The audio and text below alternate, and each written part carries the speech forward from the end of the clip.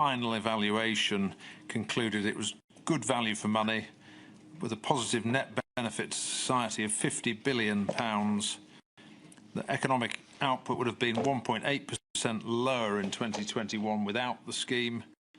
It saved 4 million employments, and 20% of employers who use the scheme, so it's about 250,000, would have closed permanently without the scheme. And I just want to give that context for the questions that follow. And in fairness, I'll just ask that this is put up, INQ 000 588209. This is from the inquiry's listening exercise, Every Story Matters, page 107.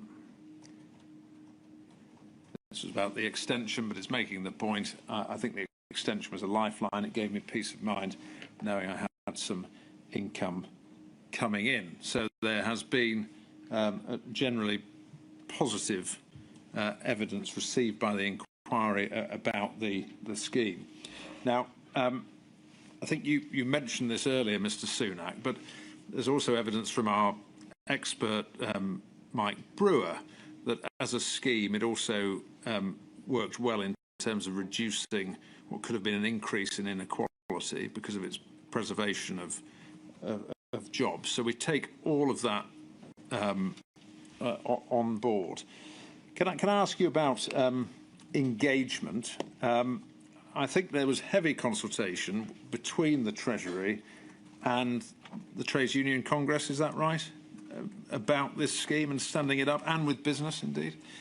Yes, not just the TUC who, we had, probably somewhat surprisingly, but we had a very good, close working relationship with Francis and with Kate throughout the pandemic, particularly at this phase, but also with the CBI. And obviously those were the two big organisations representing business, representing union labour. But beyond that, we were constantly talking to lots of other business groups as well, whether it was the BCC, the FSB, and in particular on furlough.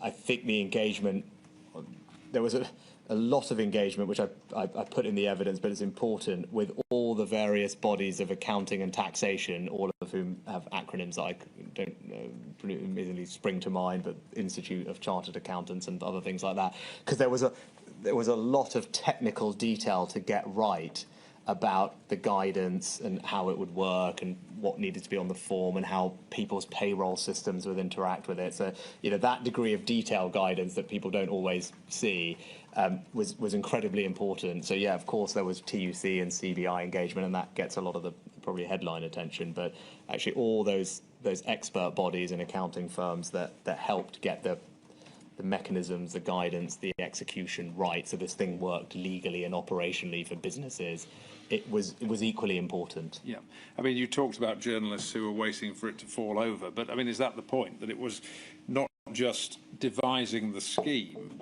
but also making sure it worked, operationally it worked? Yeah, it worked operationally from a kind of IT perspective almost, but also just practically and administratively for businesses, and how the information they would need to provide, how their payroll systems work, how HMRC could interact with everything it needed to. And so all those bits needed to. And instead, the kind of overall policy, once it was designed in one sense, was actually quite simple, and that was one of its appeals, I think. But then underneath that was a lot of detail that needed to be. And can I pick up on that point about simplicity in terms of design? We heard a lot about this from Dr. Tim Loynig, that he viewed one of the beauties of the scheme was that it was so simple, that was one of its great virtues, certainly when it was introduced in March 2020. And is that how you viewed it? Yeah, I think it will be a recurring theme, I would imagine, of today and tomorrow.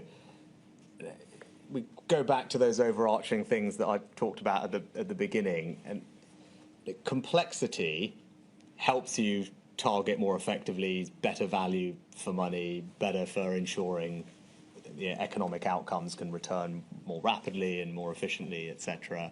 It's better for, we'll get into, I'm sure, fraud and other things. Obviously, it will help with all those things. What it doesn't do is allow you to move quickly. And it is very much the enemy of speed. And as we've talked about, speed was of the essence at this time. But the other thing that simplicity has and universality has is to help you with what I talked about at the beginning about the overall reassurance. And actually to be able to stand up and say, this is what the government is going to do, whether it's on this or the other things that we'll come to later, which people can just easily understand and has a simplicity and a universality about them, I think is probably underappreciated benefits for providing the overall kind of macro reassurance and confidence to the country, as well as operationally just being quicker and easier to deliver at pace. So I think that's the other benefit of simplicity. And does that, in a way, minimise the danger that you announce something and then people go to it and find they actually don't qualify, they actually can't apply because there are all these rules and yes, I think that obviously the simpler you can make it, as I said, as anyone can easily understand, then the better. And what you really wouldn't want to do is have too many situations where people hear one thing and then actually it's very different. So that's why again that tends towards universality. If you're trying to have a big moment, talk to the country, give them a degree of reassurance. If that press conference just read like a whole long list of T's and C's at the end of an advert, I think it will undermine what you're trying to achieve. So if you had too many of those T's and C's, and again, they would help you for other things, but they would undermine the overall objective of just providing that reassurance and confidence, as I said, as well as making it far less likely that you could deliver it quickly and effectively and it would work. And as you've told us, at the outset, February, March 2020, speed was really important. And therefore standing this up in 55 hours was important. But you yourself, you've spoken again about the iterative approach to these things. Once it was stood up in that simple, universal way, you've also got to wear the hat of the nation's bank manager and make sure that you're living within your means. And did you yourself, or were you concerned to see, OK, we've stood this up, it's been stood up in a simple way, but can we actually now refine it as it goes to see if we can do some targeting and if we can make sure that it is targeted and therefore better value for money? Yeah, I mean, look, this is this is one of the great bits of kind of in my head, kind of quandaries. We spent an inordinate amount of time over the summer iterating a more targeted version of Furlough, and hours and hours of work to do exactly that, on the basis then that we were moving to a different phase of the pandemic. We weren't anticipating second, third national lockdowns, etc., and trying to figure out how to do a more targeted version. Because of course, as you said, if there were ways to get help to the people we want, but minimise the cost and make it more economically targeted to help the recovery of economic activity, that would be preferable. And I spent an enormous amount of my kind of intellectual time on this topic with the team at the Treasury, and we did develop something called JSS, which never saw the light of day because we ended up in another national lockdown. And this was the job support scheme, yeah, which had a kind of open and closed version. I know lots of people say, well, if you had better data, you can target, and I'm genuinely not convinced that even with better data, or reasonable better data that could now be collected, that it would be able to design an effective, targeted version of this. Right. Well, can we hold that thought? Oh, fine. And because I really want to develop this sure. and understand it, because I think you've spent a lot of time in the Treasury thinking about this and looking ahead. It's important it is considered. So, yes. But first of all, can we think about how you let's leave aside the practical difficulties and everything else, how you might think about targeting. I mean, Yes. there are lots of different ways. You might think about what companies that are affected by MPIs. Or? There's kind of three main ways. One is sectors. So you can target by sector. The second way is to target by NPI, to your point, kind of closed, open. And then the third way is by looking at impact on revenue. And there are different tunes you can play on that, to use the Treasury parlance, of whether it's backwards looking, whether it's concurrent and things. But those are the three main ways that one could think about targeting. And there are problems with all three and advantages of all three, which I'm happy to dig into. But those are the three different approaches that one could take. Can I throw in a fourth for your consideration? Though you may be including it, I suspect, under businesses targeted by MPIs, and that's geography.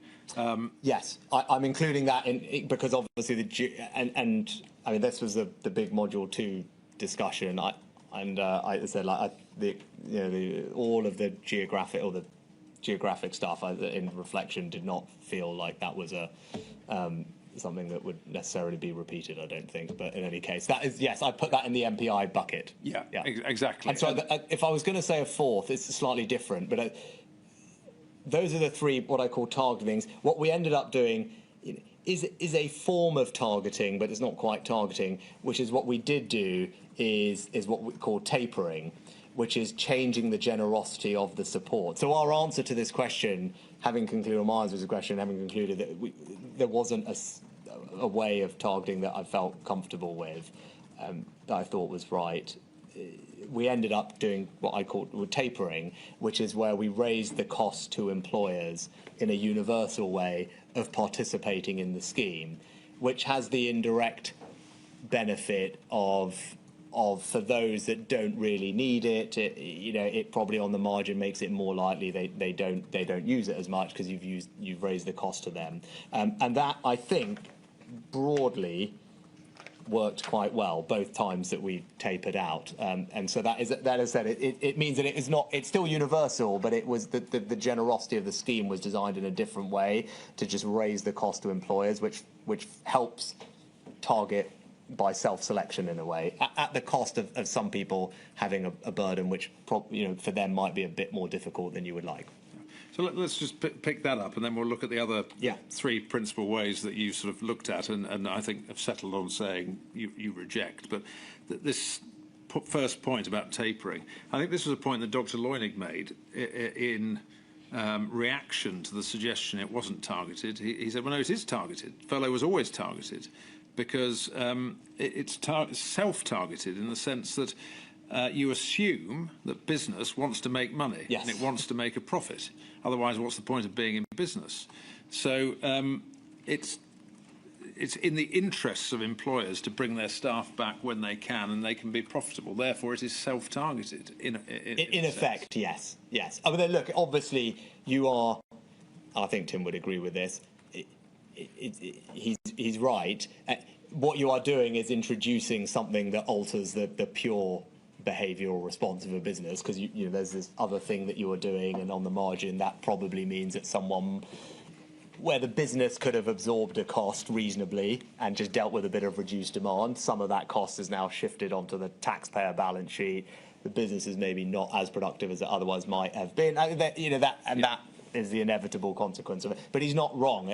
Of course, it is self-targeting in that case. Yeah, and I suppose it might depend on what the nature of your business is, in terms of whether you are more or less inclined to bring people back. If you're talking about a manufacturing sort of model, you need people in the factory to make widgets. Therefore, you bring them back when you can make money out of it. Yeah. Okay. All right. So let's leave that there in terms of the extent to which it was targeted, and you've spoken about tapering. But let's look at the other options, because I really want to be forward-looking here. Yes. Yeah. Because next time someone else might say, well, could we target a scheme? Targeting by sector, why was that considered and/or rejected as a prospect? And I think, just to clarify, we said previously. I don't necessarily reject them. That's probably too strong a word. There is a reasonable case for all of these. Yeah. And it won't be me doing it in the future. So whoever is there might choose reasonably to do something different. And fair enough. I don't think that's an unreasonable proposition. And my reflection is, I think someone in the same situation as me, even in the future, will probably end up doing the same thing, but for the reasons we'll go into. But I'm not saying it's necessarily a bad idea. I just think the benefits of it are probably not outweighed by the costs. And indeed, you've heard other people use that phrase. That's where I probably personally end up on it. Not to say that someone couldn't reasonably take a different point of view. So, do you want to start with sector? Yeah, I think that we don't have, the government doesn't have a database that has every business attached to a sector in the first instance. Now, you could probably develop that. Sector is quite broad. Then you need subsector, third sector, etc. That all gets a bit cumbersome. So we didn't have anything like that. So even it would have all been self-declaration anyway. And then you need to figure out, well, how are the MPIs impacting each sector? And say this sector is in, that sector is not in. And sure, easy, restaurants closed, great. Well, if your sector is hospitality, subsector is restaurant, tick. Okay, you're the person who provides the uniforms for the people who work in the restaurant. So your subsector is something else, right? Textiles, or and then your subsector is whatever it is. Are you in? Are you out? Trying to figure all of that out is incredibly complicated in a modern economy. And then no one's going to be binary. The restaurant is 100% zero. Lots of other things. Well, part of my business is serving this sector. Part of it's serving another sector. Part of this sector is impacted. Part of it's not. So I just don't know if you could ever accurately figure out, well, these sectors suffer enough economic impact from the MPI so that these sectors tick, tick, tick, these sectors no, no, no. And then even if you've got a firms operate in different sectors, and then you'll end up with all these problems of, well, half my business is my workwear example, half my business is serving this manufacturing uniforms, they're all still operating, half my business is serving the restaurant industry, they're all shut. Am I in? Am I out? Have we captured them even in the first place because we're focused up here on hospitality? So look, that's the thing with sectors. So even if you had the data, which we don't, it's not obvious to me that you would end up knowing and getting it. You could clearly do you could do a job. You would spend all your time talking to all the businesses that were not included, is my sense. And it's just the complexity of doing that for a million businesses, I just think in reality is probably not one that would work. And it sounds like that the answer to that is not in better data because of this sort of supply chain issue, the interrelationship between all these different businesses. That's my sense. As I said, look, we don't have the data, or we didn't have the data then, so someone can decide whether it's worth doing it. My instinct is, even with the data, that's probably not what a policymaker in the future would do. But again, reasonable people could disagree on that point, and that would be fine. Financial impact? Again, for us, there's no way to check, right? So we had no way to. So for us doing it at the time, at the beginning, we didn't have a way to check, so it would all be self-declaration. What we did have was only for VAT-rated businesses, which have to provide that information. But just pausing there, Mr. Sunak, we've heard some evidence, I think, that the threshold is about somewhere in the 90,000s, yeah, 95, I think, from memory, yeah. So a lot of businesses who lots of small businesses were not registered for VAT. I think 40-something, that seems a high number, but a large chunk of the businesses that use Furlough were not VAT registered, I think. So again, you had no way to verify anyway on that data. We'll probably get into it on some of the future things. Now, look, in general, I think it would be a good thing for the government to have more regular income data. We'll get onto it for self-employed and for businesses. That is now happening through making tax digital. So again, not everybody loves that, but that's a good starting point for having more regular revenue data collected. So you would probably have some of that. The issue is, there's two different things. One is if it's backwards looking, or is it contemporaneous with what's happening and then picked up in the future, it can create some quite odd behavioural incentives. So you're saying we're going to give you support if your revenue is low, and then you'd have to think through whether economically that is a sensible thing. Now, clearly for some people it's fine because you've shut them down, the revenue is zero, nothing you can do about it. But for the people who could, if they innovated or iterated, you'd want them to produce. And I take Tim's point. Tim would agree with this. We saw this improve over the pandemic. Right at the beginning, everyone just hunkered down, shut down, and we then spent time saying, well, hang on, actually the rules allow you to do this type of activity, or you can shift your business from doing sit-in to delivery and takeout. Like, you want that type of economic activity to happen, and so having things that kind of reward almost not having that revenue would behaviourally worry me a little bit. And then if you were setting thresholds, which ultimately we did for Says, you inevitably get the question, well, how much revenue decline is enough to qualify for the thing? Which, again, you'll just have to pick a thing. It won't be perfect, and people have revenue declines for MPI-related reasons. Some people have revenue declines for non-MPI-related reasons, so it's not perfect anyway. But I think, and operationally, doing all of that would be fiddly. Verifying it would be fiddly, and then the behavioural reaction to it would be something to think about. Again, none of this is in. You could do a version of this. Yeah. It would not be an unreasonable approach to take. Like, these are not binary yes or no things. Again, it's complex and it's imperfect.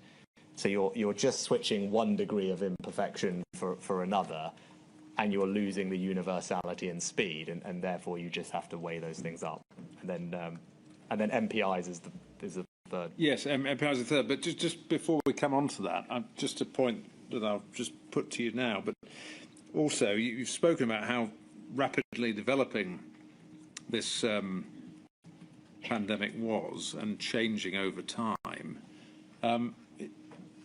Is that an argument against targeting of the sorts we've discussed and we'll go on to discuss? Because you might have to change the targets. Well, it's a moving target, in other words. Well, and that was our experience over the summer and the autumn, where we actually designed a targeted scheme, and then as the health situation deteriorated and we ended up anyway with a national lockdown, it didn't make sense to do that, and we went back to the original CJRS.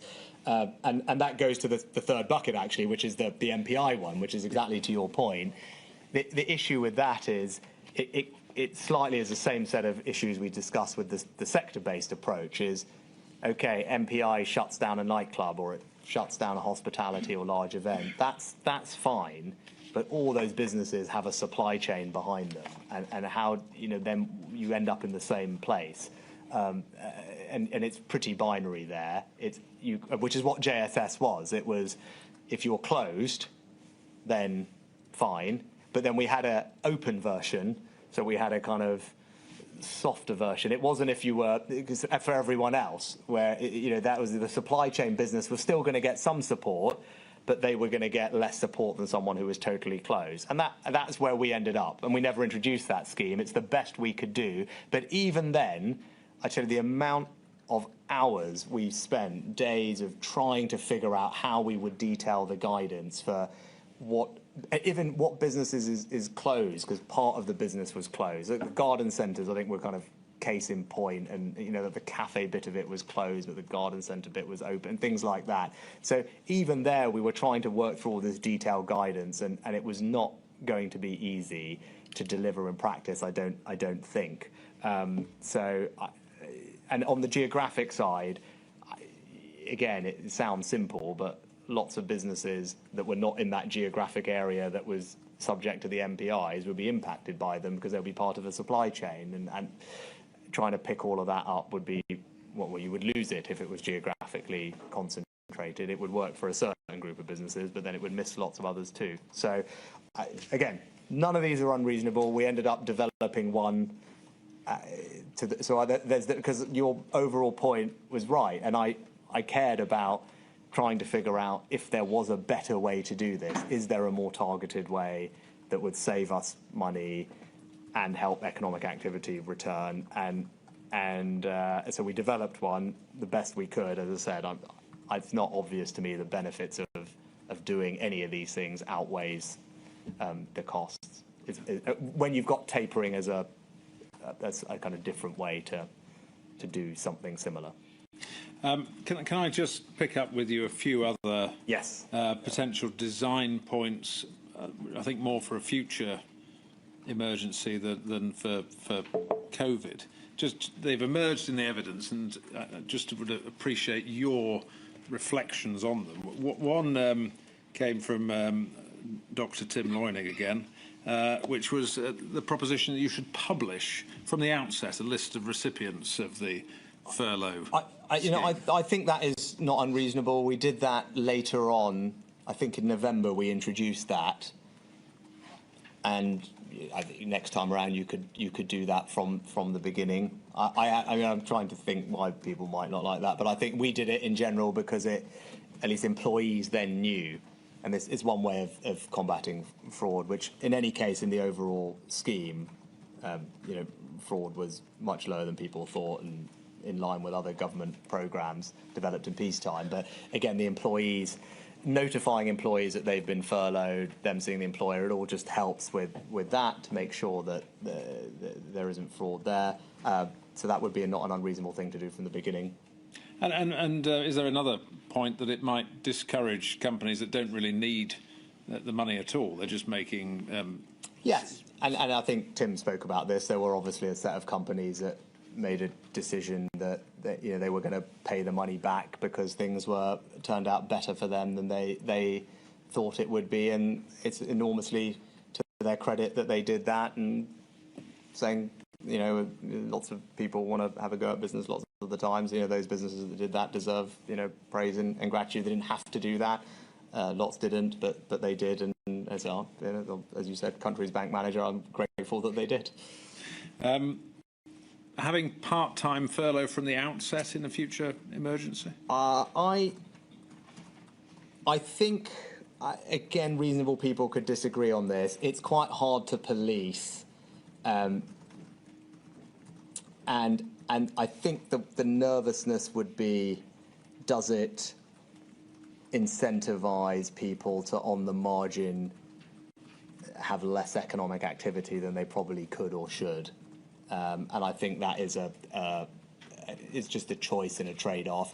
It was, I think the first lockdown in any case was so binary that it didn't make a massive difference. I don't think in this case. Maybe that would be different in the future. It was easier to implement it later and not worry about what I worried about, because at that point you had a fixed population. So it applied to everyone who had been furloughed already. So you knew that you were not on the margin making it more likely that someone would kind of put their employees down to part-time, when really they should just have to manage that in their business cost and not send that cost to the taxpayer. So it was an easier thing to do later. It was a big ask from business, especially FSB, I think, were particularly vocal about it, and it worked well, and it really helped get economic activity back up. I don't have a strong point of view on whether it could or should be done from the beginning. I don't think it made a big difference in this instance, and again, it's a trade-off, really. This was an idea that emerged from the evidence of Kate Bell on behalf of the TUC. The proposition that employers should be required to provide training to employees during the period of furlough to prevent de-skilling of the workforce. How does that... I'll give you an example. If you're a baker, or to use Dr. Loynig's example, you're a patissier and you're making shoe buns, I think was his example. You can't do that, but you might do some health and safety training, or training about hygiene in the kitchen, or if you're a barrister, you can't go to court, but you might do your CPD points. What do you say about that sort of...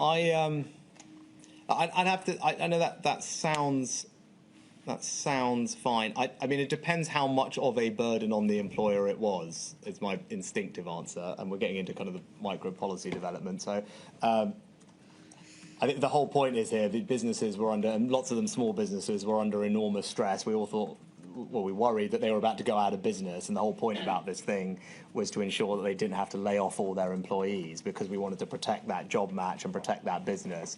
So if you're saying to that small restaurant or cafe that shut down, by the way, you still have to pay your rent, and we're going to help you with some grants over there and a loan over there, but you've still got a lot of costs that you're grappling with, and you're not operating.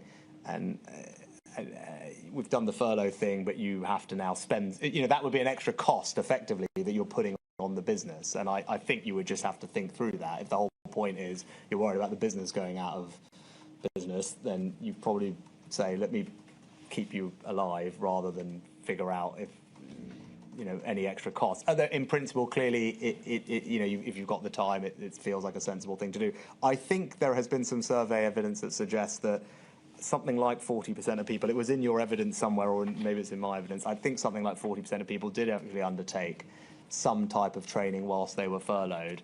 And obviously now, with all the AI tools that we have, it's quite easy for people to do lots of things online and free, and they'd have the time to do that. I'm not sure about putting an obligation on the business necessarily would serve the ultimate aim of trying to protect the business and the job. The scheme allowed people to take on work for another employer. So if you were furloughed, you could work for another business. Do you think, which presumably is a good thing in terms of churn in the labour market, people might find a different job they're actually better at or better suited to, and they could move on. Do you think that was well enough publicised, this ability to work elsewhere? To be perfectly honest, I don't have a strong recollection of that particular policy, how we communicated it, or how it worked, or how well taken up it was. You have to forgive me. No, not at all. Can I just pick up one other thought that's emerged, and then we'll take the lunch break. This came from Dr. Brewer, one of the inquiry's experts, and has been picked up in the evidence. The idea that you could have a right to request furlough, and the point Dr. Brewer was making was that whether an employee was furloughed or not was a decision for their employer. So they may not want to lose their job. They may not want to be made redundant. If they were made redundant, then they fell into universal credit and welfare, and comparatively that could be quite a significant fall in income. Not their fault, is the point he was making. So that there should be a right for them not to demand that they're kept on, but to at least request through a process that they be kept on through furlough. I think that is... I'd have to think a little bit more about that. Probably instinctively, I'm not sure that's what I would do, not least because, especially if you're going to put, as we did, the tapering requirements on employers, where they would have to contribute more, then having someone kind of be able to force their employers, because then you are effectively forcing them to keep you on, not full-time, but at a cost.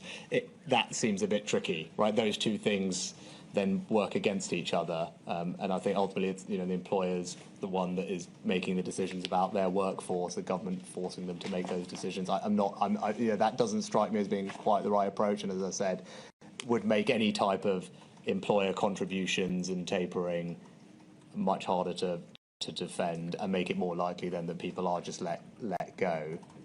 Which I think it would not be the outcome that we wanted. Thank you.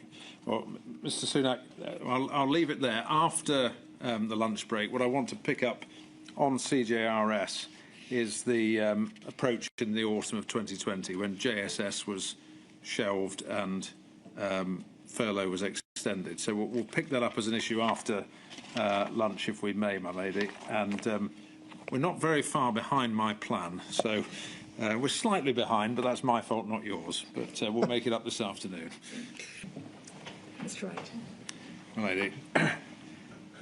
Mr. Sunak, can we pick up, as I said we would, the position in the autumn of 2020 with the decision to extend the job retention scheme and not to implement the job support scheme, open and closed? We understand that the furlough scheme, job retention scheme, was due to end on the 31st of October 2020, to give some context, and was then going to be replaced by the job support scheme as part of the winding down of furlough, essentially. That was the economic planning, if you like, working up the job support scheme whilst looking to end the job retention scheme. But in terms of the health picture, I think as your statement acknowledges, in that autumn, so early September onwards, there were various contingencies being worked up in Whitehall in terms of the health position. Is that right? One of which was the potential towards a further national lockdown if infection rates continue to increase. Yes, I think that's a fair summary. We went into the design process for JSS on the basis of the initial roadmap exit plan that had been developed, and then I think the tiering system that was put in place. So JSS was very much designed for that world. I think, as I alluded in the statement, we always knew that there was uncertainty around the potential spread and path of the virus. So I'm sure during that period, and there were discussions we had, knowing that might be an option, that would have to be brought back if it went a particular way. So that was always there, and then ultimately, as the health situation deteriorated and the tiering system went and we went back to a national lockdown, it obviously made more sense just to bring CGRS back. Yes, thank you. Or well, not bring it back, but just to extend it. I was just going to correct myself as well. Extend it and not introduce JSS as planned. Because I think the direction to HMRC to extend came on the day it was due to end, which was the 31st of October. Yeah, that's which I think, because that was also from memory. I'm just trying to check. I think it was that also the day that it was decided we would change the health restrictions and enter another lockdown from memory. Around is that it was the things were linked. Yes, in that sense. Yes, that's right. The two things were coming together. But in terms of timing, I mean, it's obviously not ideal from a business planning perspective to think one thing may happen and then be told another was going to happen at short notice. That's a slightly different issue, which I'll come back to whether operationally there were any risks in leaving the decision that late, or was the position that because CGRS was up and running and you knew it worked and was deliverable, that there wasn't a great operational risk in switching to CGRS rather than bringing in JSS? I don't think there was any operational risk from memory at all, because as you rightly said, anyway, it was already in operation and people were used to it, and so that bit was fine. If anything, there would have been operational risk about whatever when you do something new. So in that sense, I have no memory that was an issue at all. Obviously, it was far from ideal that the situation had deteriorated so quickly, and that meant that we had to change what we were doing. But that was very much in response to the deteriorating health situation, which was obviously not something that we were in control over. And it was, I still think, right to, for all the reasons we discussed earlier, right to have tried to develop something that could be more targeted. And I still said, I think that was the right thing to have done and to spend time on. And if we hadn't ended up in that health scenario, would have introduced. And I'm sure it would not have been perfect either, but I think that was a worthwhile thing to have pursued. But as the health situation then deteriorated very quickly, it made sense to stick with CGRS, and it's, that was it, really. There's not much more I can probably add to that. No, and so from the Treasury's perspective, the health situation is determining the economic response. Yes. We've already covered that ground. But does this also go back to the other responsibility you had as Chancellor, which is not to spend money where you don't need to spend it? It's all about withdrawing or reducing support when that's appropriate as well. Yeah, of course. And that it goes right back to the beginning, and all those different economic objectives we have. Of course, value for money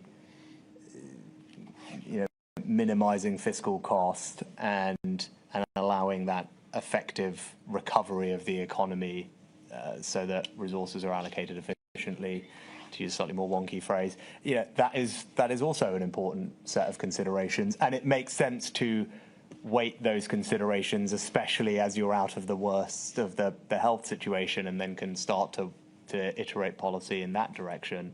And that's what the plan was. And then obviously the health situation deteriorated, and therefore we had to adjust on the economic support side. But as I said, I don't think it was wrong to have planned for JSS and to have done the work on it and be prepared to implement it had the health situation carried on as originally expected. That was also the right thing to do. And if this happened again in the future, I think someone should look to do that as well at the appropriate time. Now, I accept that this next question I want to put to you is that it might be characterised as you could be criticised for ending something too soon. You could be criticised for something going on too long. This is the perfection of judgment about timing. But when you look back over CJRS, it was stood up again or continued 31st October 2020 and then eventually ended. Do you think that some over-reliance crept in on to furlough, that it could have been withdrawn sooner? Or how are you making that decision? I think this is something where we have to be really careful about hindsight. And I think, again, with the greatest respect, obviously, to Milady and yourself, Mr. Wright, is I think the right question to ask is, at that moment in time, was it a reasonable judgment to make? And I believe that it was. Everyone was worried, anxious about what would happen to unemployment when furlough ended. There were perfectly credible voices who wanted it to go on for longer than it did, including obviously the TUC. I think at least one, if not two or three, of the devolved administrations, finance ministers and leaders. I think the then opposition, now government, members of, and beyond. So there clearly was a debate to be had about it. I thought our approach was about right in that what we did do, and I think Tim alluded to this in his evidence as well, is that because of the tapering and the necessity for employer contributions in those back-end few months, you saw, I don't have the figures to hand, but you did see, as we expected, a pretty strong decline month on month over the last few months.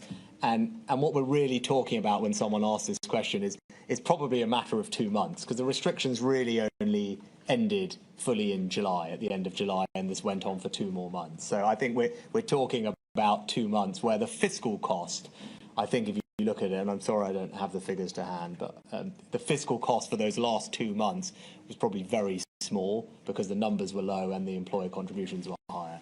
So, was it a reasonable judgment to do what we did? I think it was. I think there's nothing that you can, and hindsight, as we said, sure, when it ended, there was not a big spike in unemployment that people feared, and it was fine. So maybe that argues for being able to have done something sooner. I don't. If this thing happens again, it's not obvious to me that there's some learning from that period that would make it easier for someone in my position to make that balance any better than they will have at the time to weigh up these various things, right? There'll be a public debate. There'll be people saying both things. They'll be looking at all the different bits of data, as I was, about the decline in people on furlough, the resumption of economic activity, it's all these things, taking all these inputs and just having to make a judgment. And as I said, because of the employer contributions, the cost was lower, and that was a good thing. And I think, in the round, we're talking about 2 months. It's not obvious to me that there's a specific learning, as I said, that would help someone next time around fine-tune it by a month better. Yeah. But again, reasonable people can disagree. I mean, the fact there wasn't a big spike in unemployment, I mean, turning it on its head might be seen as a good thing. In other words, if this was meant to preserve jobs, yes, then yeah, the fact lots of people haven't been made unemployed when it ends might suggest a positive. No, but I think the point that some people would make is because there wasn't, therefore you may have been able to do it earlier. That is the logic. As I said, it's not logic that I necessarily disagree with, but I think there's no way to test the counterfactual. And my point is, I don't think anyone would really say it should have ended whilst there were still restrictions, and they only finished at the end of July. So I think what we're talking about here is a matter of 2 months. And I said, could it have ended 2 months? We'll never quite know what would have happened if we did end it at the end of July. I think in the scheme of things, it was a reasonable judgment to make. I certainly don't want to apply any sort of perfect hindsight to these sort of judgments, Mr. Sunak, and I didn't mean to imply. No, and I wasn't implying that you were, but I think it's just, yeah. But just to take that a bit further, I suppose one of the questions might be: is it possible to, in a future emergency, or would it have been possible in this emergency, to devise criteria that were published, known, that when these things happen, it will end? Because that would be another way of looking at the end of something, to say, well, when these factors are all aligned, then we will bring it to an end. I can certainly appreciate the appeal of something like that, the kind of mechanical thing. Having sat in the chair and had to make the decision, I'm not sure it can be reduced to, here are 3 formulas, and if X is 5 and A equals 2, then yes, it goes on, and if they're less than that, it stays. It's a subjective judgment based on a range of different variables, which I'm not entirely sure could be reduced to a mechanical formula. Is my sense of it. So, again, we did have a version of that. Obviously, the Prime Minister put those tests in place for thinking about exit from roadmap. But again, they were part quantitative, part qualitative assessments. So it's not as if from the outside someone could have perfect certainty about what it would mean. They could have reasonable understanding, but they were not mechanical formulas even there. So again, we're down to talking about a couple of months. Could we have... could there have been some set of things we talked about? We would have ended it a month or 2 earlier. I don't know. And I think things, again, you're monitoring this data, Mr. Wright, day by day as things were reopening. There were 4-week gaps, 5-week gaps between each thing. So something had to open, or we reduced, released some restrictions. Then you needed to see how the economy reacted. Were businesses reopening? Were they bringing people back? How were people going out and doing those activities again and spending money? You had to watch that happen in real time. So I'm not entirely sure if you could have done it far in advance anyway, is the other thing, because this stuff was changing in front of your eyes by the day. Just turning that proposition of criteria on its head and looking at it the other way, from a sort of business certainty and public confidence perspective, what about in a future emergency saying, well, while certain things are happening, it will not be withdrawn? So turning it on its head. So in other words, whilst we're still locked down, it won't be withdrawn. Or whilst we are under a certain level of restriction. Or again, do you think all the same problems apply? I'm trying to think. Effectively, that's what was the case, because we had run it to the end of September. The roadmap, I said, released the restrictions at the end of July. The employer contributions and things started coming in July as well. So that was all telegraphed, I think, in the spring, so people had lots of time to plan. And I'm sure I said, I can't quite remember, kind of the implicit understanding, I'm sure, was, well, and if things change, we'll reevaluate, because we've done that. At that point, we'd done that two or three times already. So yeah. I think that was a kind of given. If things got materially worse, then we would obviously relook at the situation. But I think my sense is at the time then we'd given people a good amount of time to plan, and we could handle a little bit of flex if the roadmap slipped to the right, which it did do. By, I think, one step was delayed by 4 weeks from memory. So I think that turned out to be sensible, that we had erred a little bit on the side of caution, because actually we needed some of that buffer and for it still to then be tapering off as the economy was fully open. So that was a sensible. But again, you could argue if that hadn't happened, it would have looked a little bit of a worse decision because it would have maybe then been a month more than one was needed. So I think my broad thing is I think we're talking about a matter of weeks, at most 2 months, really.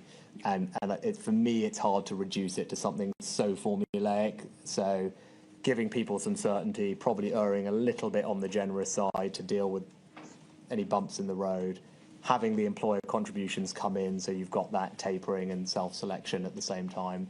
That seems to me to strike a reasonable balance, which is what we did. But again, I think it's hard without hindsight to really know if you could have had a high conviction different view, not least, as I said, because lots of very credible people, and it's easy to say now and after it ended. At the time, and I remember being in Parliament and all the interviews I did, I was getting a lot of pushback on the idea this was ending, right? And all the questions I was getting were the opposite. And as I said, from members of the then opposition and more generally, it was very much, this is too premature and you're just wanting to withdraw support and you're focused on balancing the books again, and here we go. Understood. Can I just pick up just one more point on this, though, developing on that point?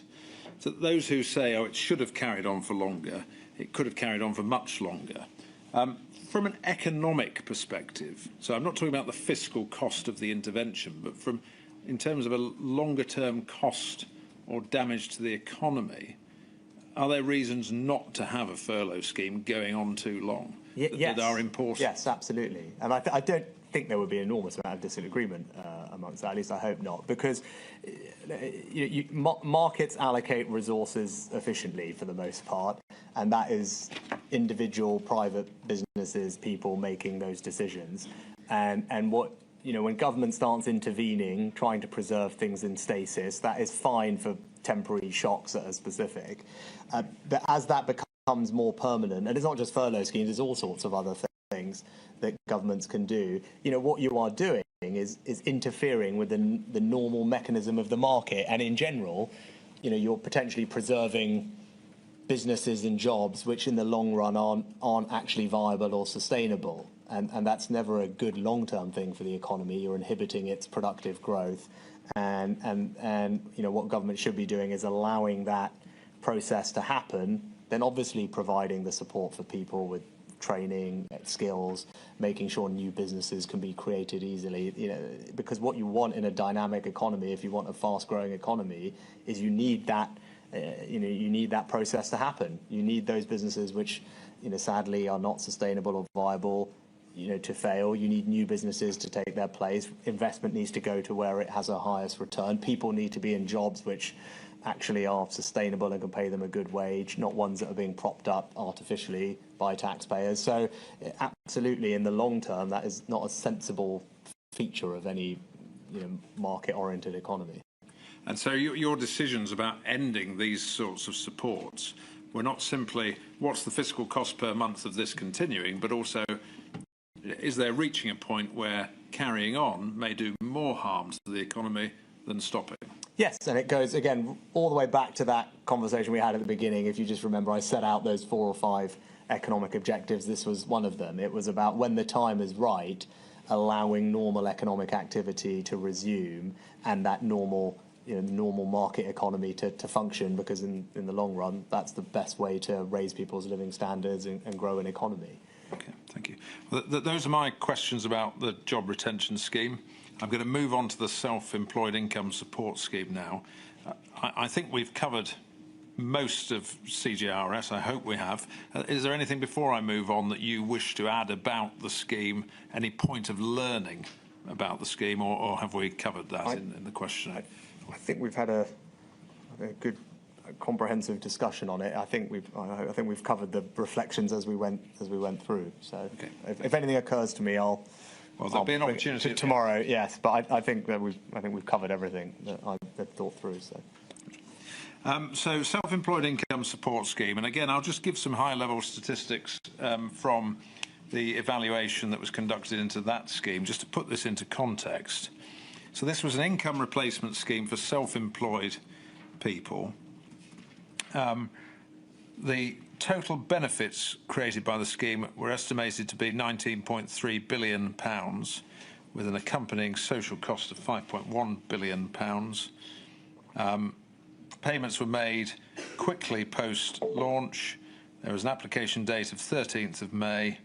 By the 25th of May 2020, so 12 days later, 88% of claims have been paid out, and 99.4% of self-employed income support scheme claims were paid within the government's own target of 6 working days from the application. So that's just to give some sense of the scale and the assessment of how the scheme landed.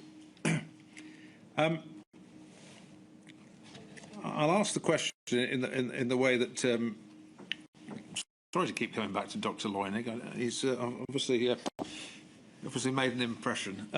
But I'll ask the question really founded in the way he put it, and so we can have your response to this. That there was an extent he felt that this scheme was really a trade-off between an economic case for support and a moral political case for support, because this was a very vocal political group lobbying for support, whereas morally, perhaps, I don't know if morally is the right word, but that's how he put it, not as deserving as the job support provided through CJRS. But what was your rationale for the scheme, and why do you say it was necessary and important, Mr. Sunak? I think, taking a step back, it was at its most simple level, the government stopping people from working and doing what they wanted to do, and therefore having some responsibility to support them through that period, and that applies equally to those who are self-employed as it does to those in work. And of course, we've spoken through the economic theory of scarring and labour matches, and that's all true. But actually, put the economic bit aside, there's just a slightly more fundamental thing that everyone was going about their day-to-day life, trying to work hard, provide for their families, build a better life. Government comes in and says, no, sorry, we're not going to let you do that anymore.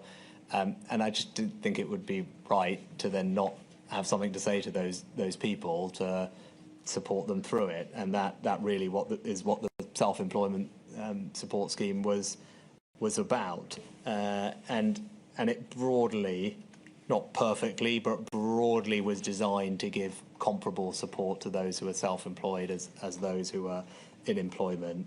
I think Tim, in his evidence, also said that he thought it was perfectly reasonable to him as an economist that the self-employed and employed should, in some loose sense, have the same level of support, and this is the kind of closest that we could do, and that was what he said, and I think that's right in a nutshell, and we can get into the design of it, but that was the kind of thesis behind doing it from my perspective.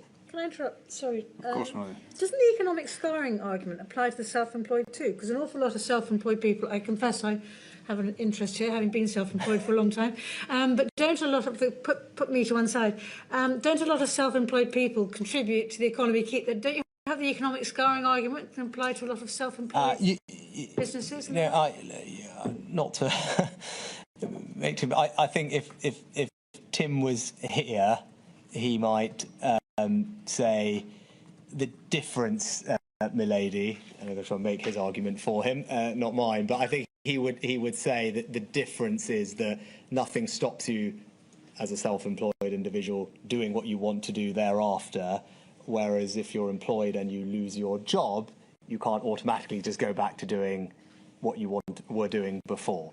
That, I think, is not to put words in his mouth, but he might have said something to that effect when he was here.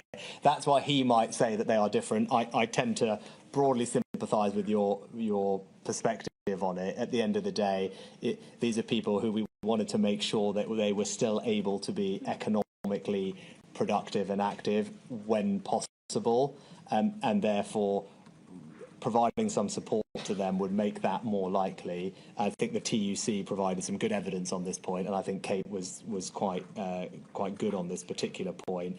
That I think she gave the example of a self-employed salon or hairstylist or beautician who would have had a bunch of things, may have even had paid rent in somewhere, and if they had not been supported, all of that would have gone. Would have had to have sell all of that, broken all those relationships with wherever she was, those client relationships, etc., and therefore would not as easily be able to bounce back.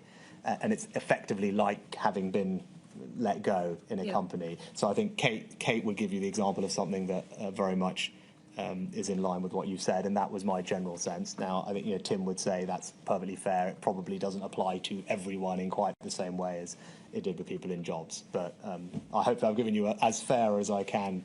You're very good at playing devil's advocate. Yeah, well, I try and be fair. Obviously, I introduced the scheme and believe in it, so of course, I think that it was the right thing to do, and I would do it again if it was me. And quite candidly, I'm highly confident if this ever happens again, whoever is in my shoes will do something very similar as well.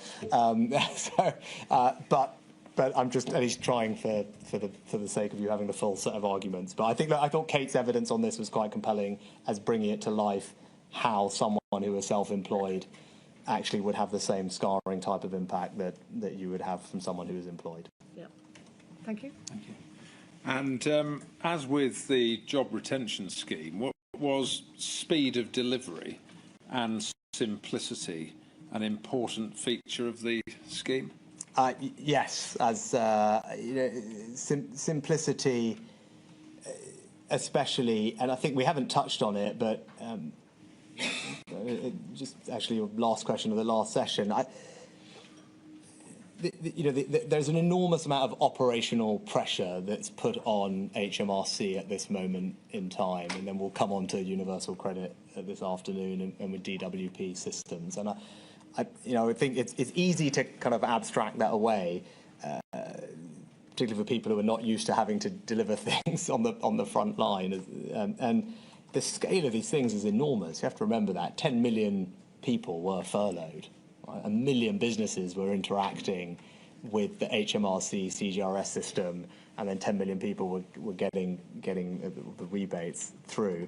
On SAYS, 3 million people, right? Again, so there's not just a kind of simplicity for speed, a simplicity for communications and reassurance, which we've touched on. There's also a simplicity because what you don't want is for the organisation to be overwhelmed, for the systems to be break down. They only have the capacity to do so much. And there's actually, even in peacetime, that is the case. As Chancellor afterwards, when you're sitting down with HMRC and you're figuring out here are the various upgrades we can make to the tax system, if we invest here, what systems can we do? It's not as if you can do everything at once. And I had those conversations with them on making tax digital. There's well, you want us to design this over here, you want us to do that over there, and this there. Well, thanks, Chancellor. Actually, well, we can't do all of that at once. Please tell us which order you want to do it in. And that's not unfair. And obviously, at this period, that was also the reflection. And they would constantly rightly say, look, we can handle this. If you want us to do this, this, and this, it's going to take you that much longer, or we just simply are going to get overwhelmed, and then things won't work properly. So, that aspect of it, I think, is worth highlighting. Yeah, you could have promised all sorts of support, but if it was utterly undeliverable, then it wouldn't have been support at all. It would have just been an empty promise. Exactly, and then that obviously damages confidence and reassurance and all the rest of it. So, and again, you have to trust. I mean, of course, you probably heard this from other people giving evidence. I always was on the pushy end and demanding end. Whether it's with my officials in the Treasury or with HMRC, what's the quickest timeline? Why can't you do more? Why can't we do it faster? But ultimately, you don't want the things to fall over. I think that would be a disaster. So, and if you look at simplicity as between CJRS and SAYS, in CJRS, this was administered through the PAYE system, which gave you a monthly snapshot of employment, real-time information. So that's pretty good data, and it's regular. But under the self-employed income support scheme, you were looking at income tax self-assessment, and there's a time lag, isn't there, in terms of filing? And so did that present an immediate challenge in terms of deliverability? Yeah, well, it presented, well, in one sense, it made things very easy because there was no other way that you could do this other than relying on the ITSA system, the income tax self-assessment system. It was the only database that we had in government, the HMRC, that told us who was self-employed, how much had they earned, right? So that there was no alternative. So in that sense, that was clarifying and made things simple. But then that meant that came with a set of constraints. Notably, the data, as you alluded to, Mr. Wright, is quite out of date. And that's a feature of our self-employment assessment system where you file your tax return the following January after the tax year ends. So lots of people who were newly self-employed in the most immediate preceding tax year to the onset of the pandemic had not yet filed a tax return, and we had no way of knowing who they were, how much they earned, and it was therefore not possible to bring them into the system at the outset without taking on what I considered to be unacceptable, risk on fraud. And then as soon as we passed the deadline for that, we were able to bring them in. But that's why the ITSA system was used. And as I said, in one sense, it was very good because it was an accurate database of people and their incomes. The flip side was it was the data in it was out of date, and I'm sure we can talk about what that would look like in the future. Well, can we pick up about the data point now, and then we'll come on to the point you've just made about appetite for risk and fraud. In terms of the future and data, and you've mentioned this already, making tax digital, and you said that this is something HMRC was working on, and it's now working much further through the system. Can you just explain what it is and how it will change potentially these sorts of judgments for a chancellor in the future? Yes, I think we are, and I have to confess I'm not sure where the new government is with the roadmap, but before I left the Treasury, we put in place, together with the ministerial team, a new roadmap for making tax digital, partly so that in the future this type of situation would not happen. And what that means is the HMRC will be able to collect more income data, same data more regularly. Quarterly returns? Quarterly returns, exactly. Yeah. And I say, forgive me for not remembering the precise details of who that applies to when, but the broad principle is the system will be much more up to date with what's happening in people's lives than it was when I was doing this, and that will make this easier. Fair to say, before the pandemic, when things like that had been mooted, I don't think everyone was jumping up and down and being super excited about doing that, because people would prefer to have the time and do it later, and all the impact it might have on people's cash flow and taxes. But the pandemic showed why it would be beneficial, at least from this perspective, to have that quarterly tax information from making tax digital. Yeah. So, okay, you didn't have the luxury of that. You had income tax self-assessment, and you've explained why. Therefore, the newly self-employed weren't eligible in the early cohorts of this support. Can I just pick up? You referenced the risk of fraud. Now, presumably that's because if you wanted to include the recently self-employed, you'd have to effectively self-certify or have some method of self-certifying that they were in fact self-employed, they did in fact have income, and they were in fact eligible. The whole thing would be completely just as you described. Yeah. so that's the first point. Is there not also, and we picked this up with Sir James Hara in his evidence, there was also and this touches on something you said earlier about the pressure HMRC was under. Not only would there have to be self-certification, but there'd have to be a manual process of checking and accreditation, which goes hand in hand with that. And that goes to the point I was talking about earlier, just the operational demands on HMRC. Any time that HMRC have to start doing any degree of manual verification of anything or spot checking of any kind of scale, clearly the resource implications are significant, which is why when ITSA is great because it can all be done largely digitally, and that means that there isn't a huge human human component to that bit. So that Jim's absolutely right to make that point. And you see that in other areas. Now, you make some exceptions for some very small groups of people with a particular case, and I think women on maternity leave and things like that on CJRS, we made some very specific manual flexibilities because we felt that that group of people really should not be disadvantaged in any way, and it was a small enough group of people that we could manage a manual workaround. But to Jim's point on this, that would have been a huge undertaking. Now we know that in the devolved administrations, support schemes were stood up to support the newly self-employed who weren't eligible for the UK-wide self-employed income support scheme. For example, the newly self-employed hardship fund in Scotland. And I asked Kate Forbes about this when she gave evidence, and I put it to her, was it really a question of the Scottish government had a greater appetite for risk than the UK government? It was willing to take the risk of self-certification. But did you consider exploring that and engaging with the devolved administration to see if there's any learning there, or had you made a decision that the risks and the processing obstacles were too great? I can't recall specifically on that discrete intervention, but more generally on SAYS, because it had to be designed in a way with various different criteria, all of which were necessarily imperfect. There was a continual debate, discussion, re-look at policy to see what could be tweaked, if things could be changed, not least because there was a huge amount of incoming into the Treasury about all these issues. So it absolutely was not the case that it stood up, announced it, off you go, done. I think the entire time that this scheme was in place, in terms of incoming to please can you change this, please can you change that, what about this, is probably the scheme where we had the most of that, actually. And that goes to our earlier question on targeting on CJRS. Here, this was targeted. It was imperfectly targeted because that's all you could do.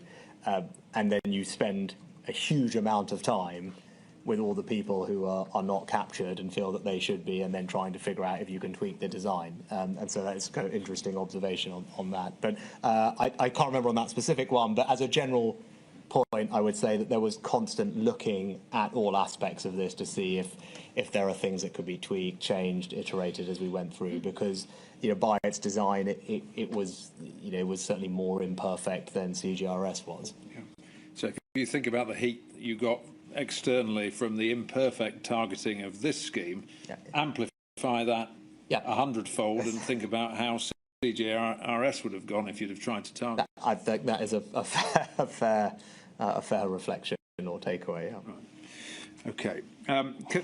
Can we just run through a couple of other, if you like, hard edges in the scheme? And this goes to this targeting point you've made. The 50% self-employed income test. So this was, you had to have at least 50% of your income from self-employment to be eligible under the scheme, and there was no tapering. It was effectively a cliff edge. Can you just help us with the rationale for that? Yes. And whether you considered a taper and why it was not workable? Yeah. I think it's interesting in how you introduced the question, Mr. Wright. You talk about the hard edges. And I think that's exactly it. See, one person's targeting is another person's hard edge, right? And those are two sides of the same coin. So, an abstract discussion about targeting is all good and well from an economic theory perspective. And then here is an example where we're going to go through now the various things we did to try and target it. And we end up having the conversation about the hard edges completely reasonably. But I think it just illustrates the challenge with this, because there is no perfect targeting. And anyone who comes here and says, well, with this bit of data, it would have been perfect, I think is probably not being, I think, realistic about this in the future. So I think you have to accept, well, I'm not avoiding your question, we'll get into it, that you have to accept in all these things, there's always just going to be a trade-off. And I think I'd say reasonable people can disagree on those trade-offs, but targeting is beneficial for objective 4 and 5, but it's less good for 1, 2, and 3, and some people are going to feel aggrieved. So that is the nature of it. But on the 50% criteria, and again, this was something that was suggested by officials, which I agreed with. The idea here was, look, remember, all we are doing here is people are going to opt in, and that's an important thing, actually, which we should come to. But people are going to opt in to saying that they need this. So that is really our only kind of check. It's not the same as an employer who's putting someone on furlough. We don't know about this person's circumstances, really. Are they affected by the pandemic? Are they the person who's a stylist, or we've closed down that industry effectively, we've prohibited close contact, or are they someone who's happily carrying on working? We don't know. So it is right to try and target where we can to minimise the fiscal impact and sharpen it a bit on those who really need help. The 50% criteria was designed to say that there's lots of people who have some self-employment income, but what this scheme is really there for is to help the people whose life largely is dependent on self-employed income, who are self-employed. The self-employment activity that they carry out is really the main way that they and their family have financial security. So, in that vein, saying that your self-employment income had to be, and I think the advice recommended 2 options: either greater than 50%, or you could have been a bit stricter and said greater than 2/3 of your overall income. Doesn't seem an unreasonable approach to take. That's what this criteria. That's what this criteria did, and I think that from memory, the median kind of self-employment income from those people who were not eligible because of this criteria was, I think, something like £4,000 or £5,000, right? So it was not their primary source of overall income, and we could target help on those for whom it was. That was the thesis behind this particular threshold. And again, you could, the advice had an option of 2/3, which would have been stricter. We went with 50%, which was a little bit more broad and generous. And in terms of 50%, 2/3, no magic in the number. No. You just had to. No. You had to arrive at a number. Had to arrive at a number, and I think reasonably people could have done 2/3.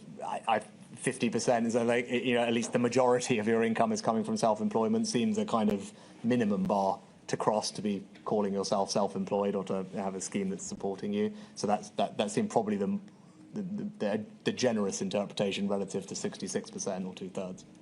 Now, I appreciate this next question may sound like, well, you could say you could pick anybody who's a loser and put a scenario, but I just want to pick this up, thinking about the most vulnerable, economically vulnerable.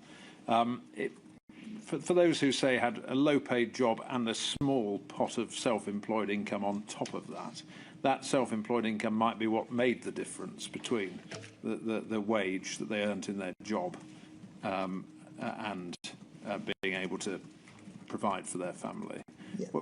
What they would fall in the gap in the scheme, but what would your reaction to that be in terms of how you can design out of that, how anyone can design out? Well, I mean, they can't. So you will.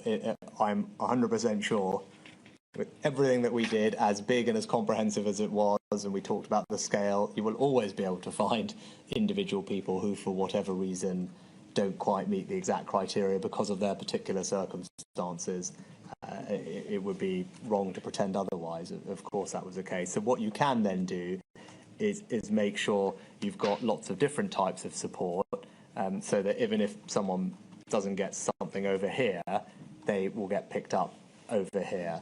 And that's why we'll come on to universal credit later this afternoon. Probably the person that you're describing would be eligible for universal credit and would have benefited from the changes we made there.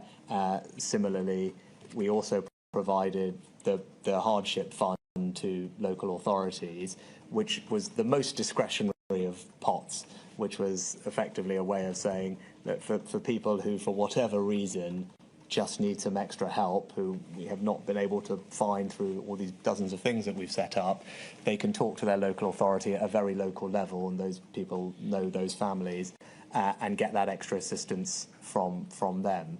And so that was and then we topped that up a couple of different times through the pandemic, so there was always funding there. I could go on, but straight away, those are two other things that probably would have helped the person that you're describing. So I think your principal point is, whilst I am in my questioning focusing on one scheme at a time and looking at that scheme in isolation and identifying gaps in it, you would say this is one of many schemes that government was introducing, and you have to look at the panoply of support in different ways that was available, not just look at a hard edge in Scheme A rather than... Yeah. Okay. Yeah. Having said that, can we just pick up one other hard edge, if you like, which is the other untapered hard edge of the £50,000 income criteria. So earn £50,008, no support, earn £49,999 support. And in particular, I'm just interested in the consideration given to a taper, because there'd been a taper in the high-earning child benefit charge. And if you did consider it, why you didn't, and the rationale, please. Yeah. So I think first, again, we're trying to target this thing on those who most need it, and 50k just being as it was then, the threshold for higher rate tax.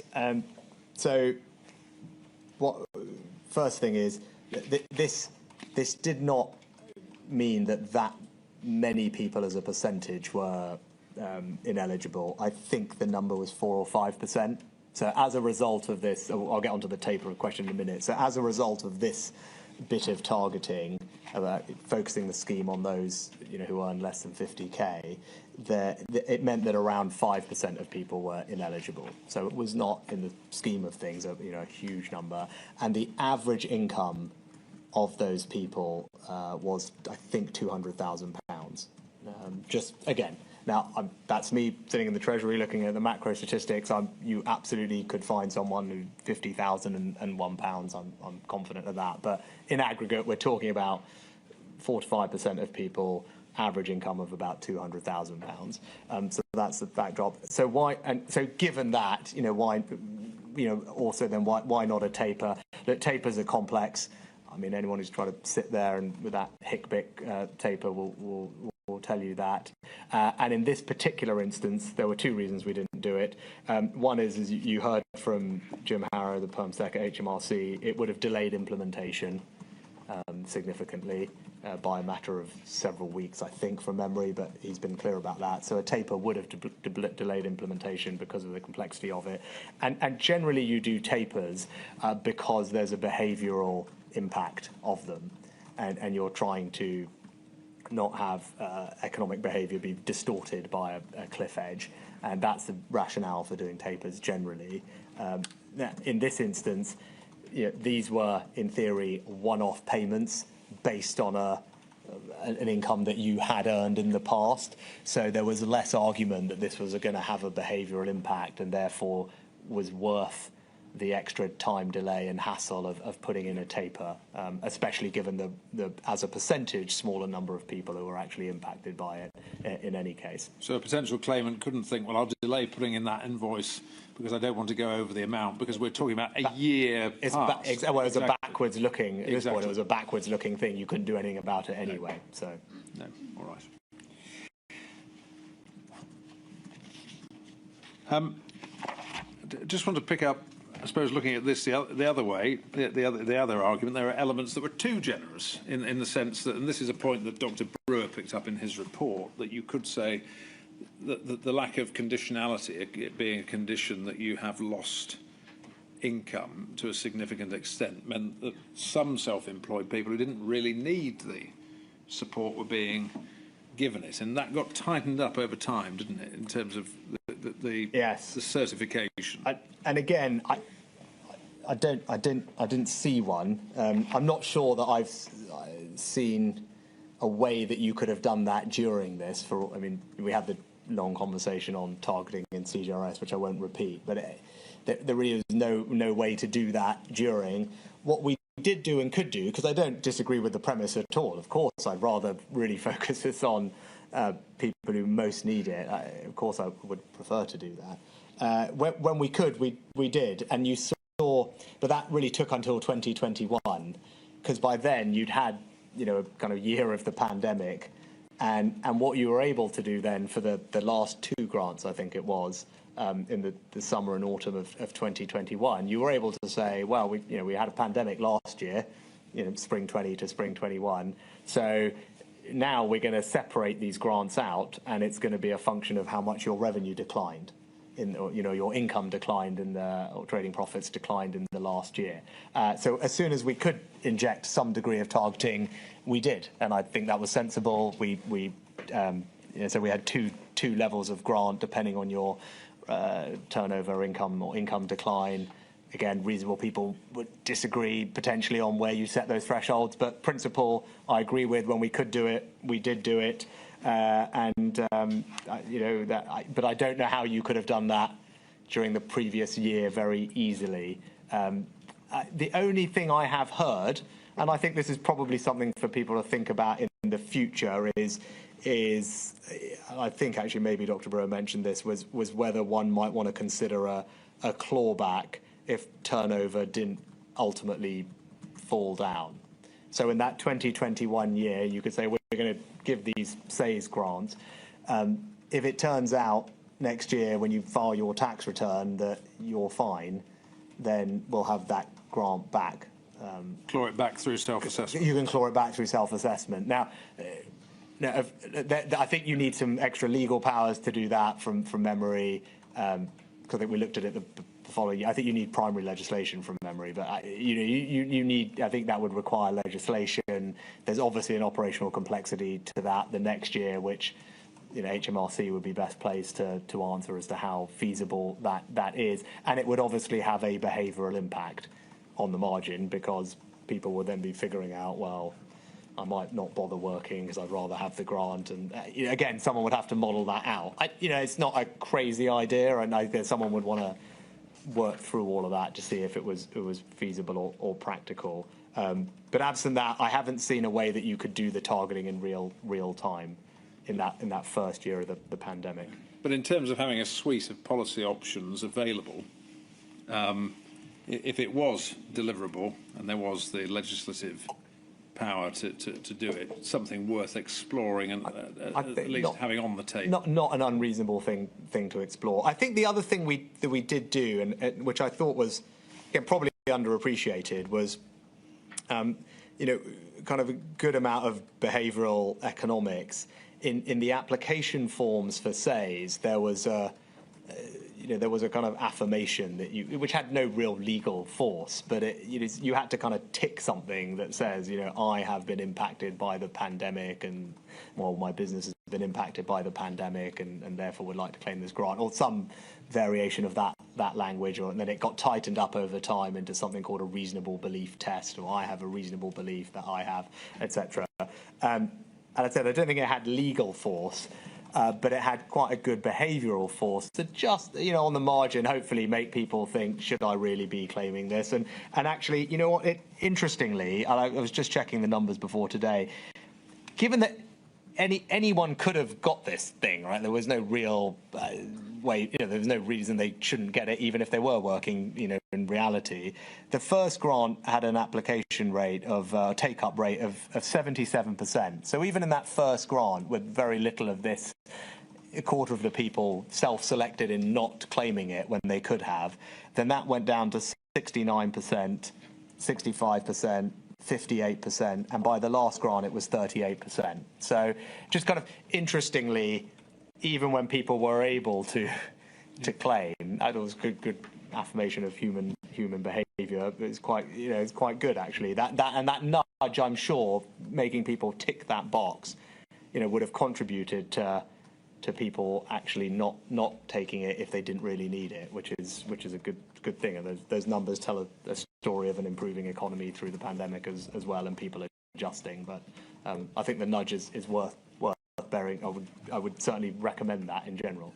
Those figures may be an argument against conditionality in the sense that, again, if you assume that general economics people want to go out and earn money and make profit, then when they can, they will. Yeah, the flip side here is that they could do that and still get the grant. And that's the great challenge of this, you see. That is different to CJRS and the employer discussion. And that is the challenge with this scheme, is that you could do that and still claim the grant. But that's why we had the nudge that you had to tick. Which in theory should help with that, and then later on, and we had the other criteria, and then obviously when we had the revenue information, I think we called it a financial impact test, FIT test or FID or something like that, which we introduced. I know this is fairly granular, but I just want to pick it up briefly on the sort of the fraud front. We understand there was an issue about being able to check across between SAYS and universal credit to see if people were claiming both, and that was really a data issue. Yes, I saw that in the evidence that you supplied to me last week. I must say, it's not something that I recall.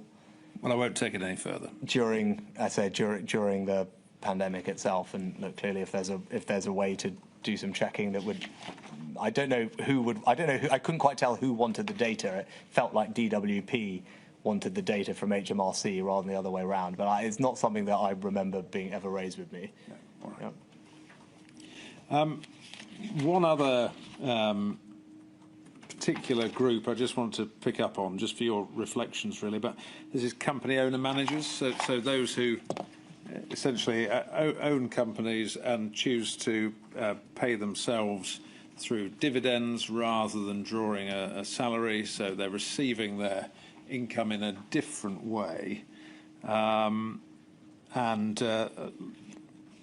mean, really, did the decision not to do something for that group come down to, well, if they chose to manage their tax affairs in that way, that was a matter for them, or what's your rationale? No, that it's not that. We actually, much like JSS, and as I was saying about this scheme, this was something that we kept coming back to look at different ways, and the team probably got tired of me going over this and over this again. And every time they thought I'd, just said fine, I'd come back to it a month later because someone had said something to me, or I'd thought of some new idea, or someone had pitched some new idea to me about how we might fix this issue. So it was not a desire not to. I mean, we spent a lot of time, and I think that HMT evidence will show that we spent a lot of time and effort trying to figure out if there was a solution here. I mean, look, in a nutshell, the ITSA system, the tax system, can't distinguish between dividends that people receive as a return on capital and dividends that people are receiving effectively as a form of labour income, right? We have no way of knowing, looking at the HMRC system, what those, the dividend is dividend. Could be dividend from someone who's doing absolutely no work as a nice equity portfolio and is clipping a dividend, and great, and over here it's someone who's a company owner manager, and that is effectively their income every year, and we have no way to differentiate between those two things, and that is the challenge. And we looked at all sorts of ways of trying to do it. There's a closed company director tick box on forms. We went through that, but not everyone ticks it, and not the right people that do tick it even do necessarily fill it in properly. The timing of dividends is obviously very much in the gift of the director, so it's not as predictable. We looked at whether you could use accountants, but they still don't eliminate the need effectively for self-certification, with obviously all the fraud that comes with that. And there really was no one actually knew how many people this was. So what we did know is that about 3.3 million people file tax returns that have dividend income in there. But I think broadly, most people thought the number of company owner managers in the classic sense of it probably was around about 700,000. And that's where you can start to see the issue. So if you just took all the dividend income and said, well, do a version of SAYS for dividend income, I think 3 out of every 4 grants that you would have handed out would have gone to people who actually dividends were just a return on their savings, not not their labour income, and that is a very, very tricky thing to resolve. I think your expert, Dr. Brewer, looked at this, and I think he agreed that it was in his words, very difficult to establish something, and there would be very large forward risk in doing something. But we did look at it multiple times, believe you me, and just couldn't quite find a way through. So this wasn't a decision not to support a group. It was a decision very much that you would have looked at something if you couldn't find a way of doing it in a deliverable way that minimised unacceptable levels of fraud and so on. Yeah. And by the sound of it, you've come at this every which way, and there still isn't an obvious solution that presents itself. No, I don't think that there is really. No. It's my reflection on it. Again, someone in the future might decide to do something different. But I mean, you clearly could. I mean, you could clearly just look at everyone who had dividend income in a tax return and send them an equivalent of a SAYS grant calibrated. You would do that with the 3/4 of grants by volume and more by pounds going to people who you were not really trying to help. So you could accept that, but I don't. To me, that would not seem like the right judgment to make. Thank you very much. I'm going to move on now from the self-employed scheme into Kickstart. And just again, some context. Now, this was part of your plan for jobs announced by the Treasury on the 8th of July 2020, a £2 billion fund to create hundreds of thousands of high-quality 6-month work placements. It was aimed at 16 to 24-year-olds on universal credit, deemed to be at risk of long-term unemployment.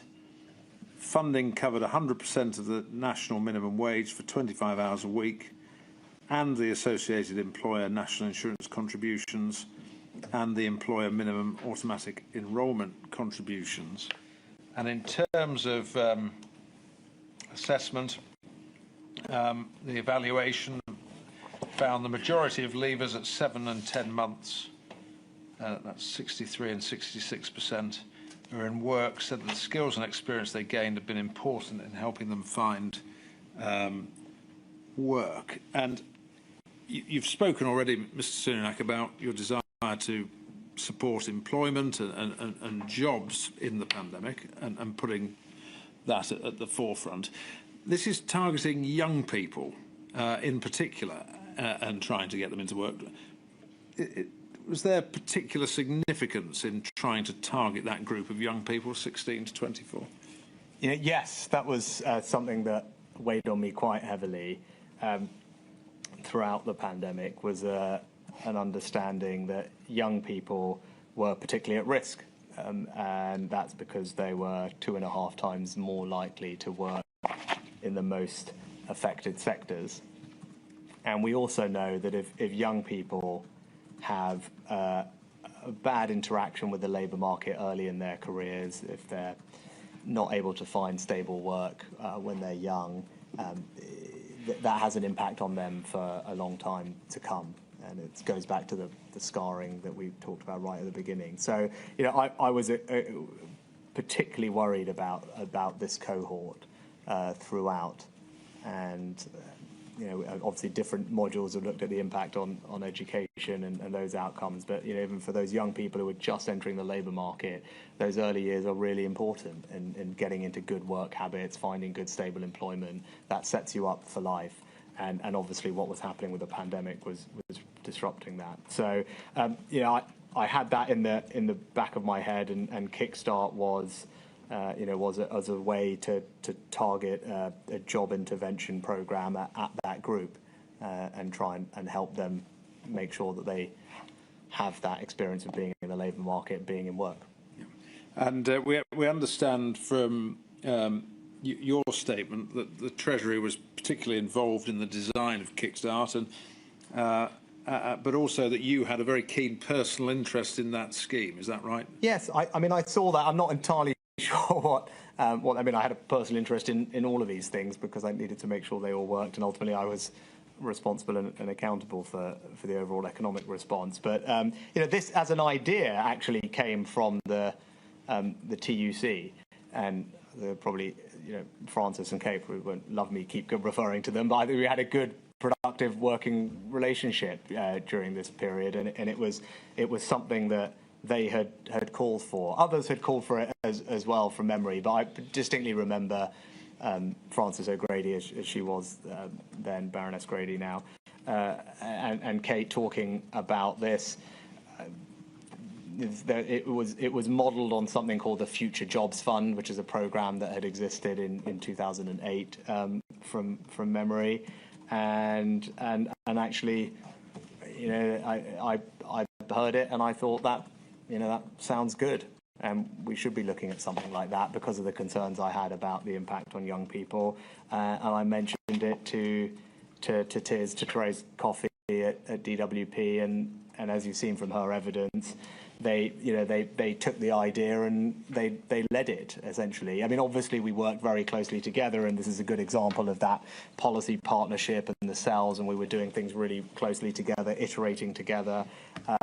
But they obviously had primary responsibility for delivering this scheme, and we designed it together, and off they went and did it. And Mims Davis, who was the junior minister at the time, they took a lot of personal ownership of it, and it was a great collaboration. And I was always really, lots of the things that we did made a difference to people, and your stories video brings that to life. But I particularly, meeting young people who, because of this scheme, were in a job that they may not otherwise have had, and then being set up for life, I thought was a particularly good and positive outcome. Now, the timing of the implementation of Kickstart, we understand it was stood up quite quickly, announced in July, and was going live in November of 2020. And was that because, at the time it was announced, the expectation was that furlough would have ended on the 31st of October, and therefore there may be a spike in unemployment, and there may be a lot of young people who would need help getting into jobs? Yeah, exactly as you said. It was designed in the context of the pandemic, and the restrictions are all winding down. The support schemes are winding down. We're going to focus now on jobs and creating new jobs and getting people into jobs. And this is an intervention that would be targeted particularly at young people. Yeah. Of course, had you known what you came to find out in November, the timing suddenly looks different come November when we're going back into lockdown and you're extending furlough. And did you find that frustrating, really, that the scheme had been stood up very quickly? And you might know what it means, but it was described as a minimum viable product. In other words, it was stood up as, it could do what it said on the tin, but it wasn't particularly well worked or long worked up. Yeah, of all the things that were frustrating to me during this period, I mean, that particular one probably was not that high on the list, but of course it was frustrating because it meant that this thing was not up and running in the way that we would have imagined when we announced it. That said, it's good that we've done the work, good that we got it up and running, and this point about minimum viable product, this really is proof of the test and learn iterative approach to policy making. And this is the thing. It's like we were saying, one person's targeting is another person's hard edge. That again, people like the sound of test and learn iterative policy making. Then what that means is what you put out there straight away is by definition not going to be perfect, most likely. But you're prioritising getting it out there. That's what the minimum viable product is. We know it's going to basically work, and we'd rather just get it out there. Because then it can start to make a difference, and we can learn as we go and adjust it as we go, and do that in kind of reaction to what's happening in reality rather than in sitting in the meeting room. And this was a good example of that type of approach to policy making. Again, not optimally in the end able to be executed because kind of another lockdown got in the way, which was, as you said, frustrating. But can I pick up that point about developing as you go? I mean, it was the indicative target was for 250,000 placements. Ultimately, there are 168,000 young people who had the benefit of a Kickstart place.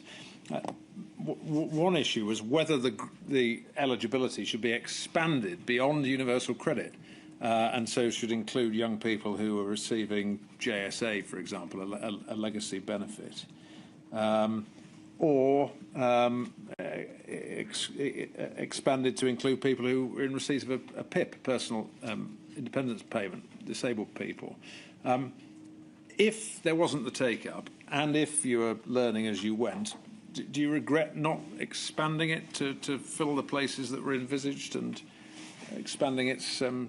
I can't recall the kind of micro eligibility decisions and what the exact basis for each of those was. I think part of the reason that it didn't end up, I mean, still 150,000 young people benefited from this, and enormous credit to the team at DWP who did stand it up and deliver that, because I think it made a huge difference to those young people. It was because actually the economic recovery was stronger than we had anticipated it would be. I don't think that should necessarily be a sign of failure of the scheme. Actually, we didn't see the spike in youth unemployment that everyone had predicted when furlough ended. The economy, we know after all the revisions happened, 2 years later, recovered far faster during this period than initially it was given credit for. And unemployment stayed relatively low. And actually, so it's because we go back to this point before, the private sector, the regular market functioning of the economy was happening and jobs were being created. And so there was less need for the subsidised jobs through Kickstart in that sense. It was. I don't think you want to focus it on a group of people who really need it. That's what it was designed to do, and I think it did that effectively. And again, different people might have wanted to weight different things, but I can't recall the individual reasons for which bits of the universal credit system we were targeting. But I think it was particularly people who have been impacted by the pandemic or were at risk of being impacted by the pandemic. As we'll come on to later on in the UC discussion, some of these other benefits are not linked to the labour market or work requirements in quite the same way, or they're legacy benefits where people have been on for a longer period of time. Okay, just so I understand, just to finish this area, and then we'll be about ready for the afternoon break. The Treasury had worked up the policy. You'd announced it in July as part of but the DWP was doing the delivery effectively. No, but we worked on the policy together as well. Yes. Yeah. Sorry, I didn't mean to imply they weren't involved in policy. Yes. But once you'd worked up the policy, they were responsible for delivery. Yes. Yeah. That's right. Yeah. I know. Again, I know the team at the Treasury were. There's probably some board that was sad at how they do these things, and I would have wanted to keep an eye on things as well, same as I did when we get onto loans tomorrow or these interventions here. I would still keep an interest on them and do meetings to check in on progress, discuss with Therese Coffey, because we had to iterate. And we were iterating as we went. We changed the application process. It was the criteria at the beginning was quite tight on something called the additionality test. Getting technical, but we wanted to make sure that these jobs were jobs that ideally would not have existed without the support, so they were really doing something good with the taxpayer money. That test was probably too tight at the beginning, and Therese identified where we could broaden that out and just change the application process so it was quicker, and I worked through that with her. But her and her team did an exceptional job of getting this properly rolled out and getting these youngsters a great job that could then hopefully set them up for life, particularly in a difficult economic environment. Thank you. Melody, that completes that topic, and I'm going to move on next to the uplifts to universal credit and working tax credit. So a minute or so early, but is that a convenient moment? That's great.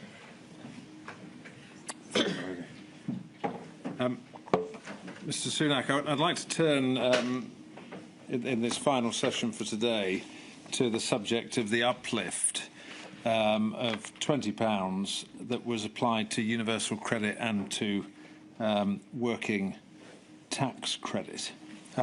This was announced on the 20th of March of 2020, implemented from the 6th of April 2020, and then there was an extension to the initial 12-month uplift that was formally agreed at a trilateral meeting on the 26th of February 2021,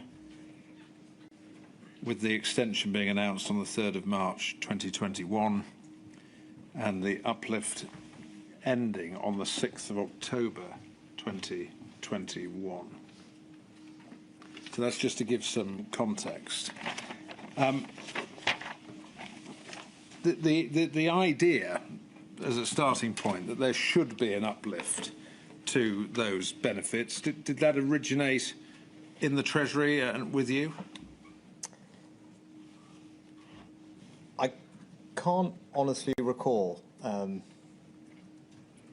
I would imagine the Treasury were talking already to DWP about various things. I think we'll come on to it later. The statutory sick pay, for example, those conversations were already happening. I remember them happening quite vividly on statutory sick pay because there were also legislative aspects of that we needed to implement. So I can't say that it necessarily came from the Treasury versus DWP or some conversation between them.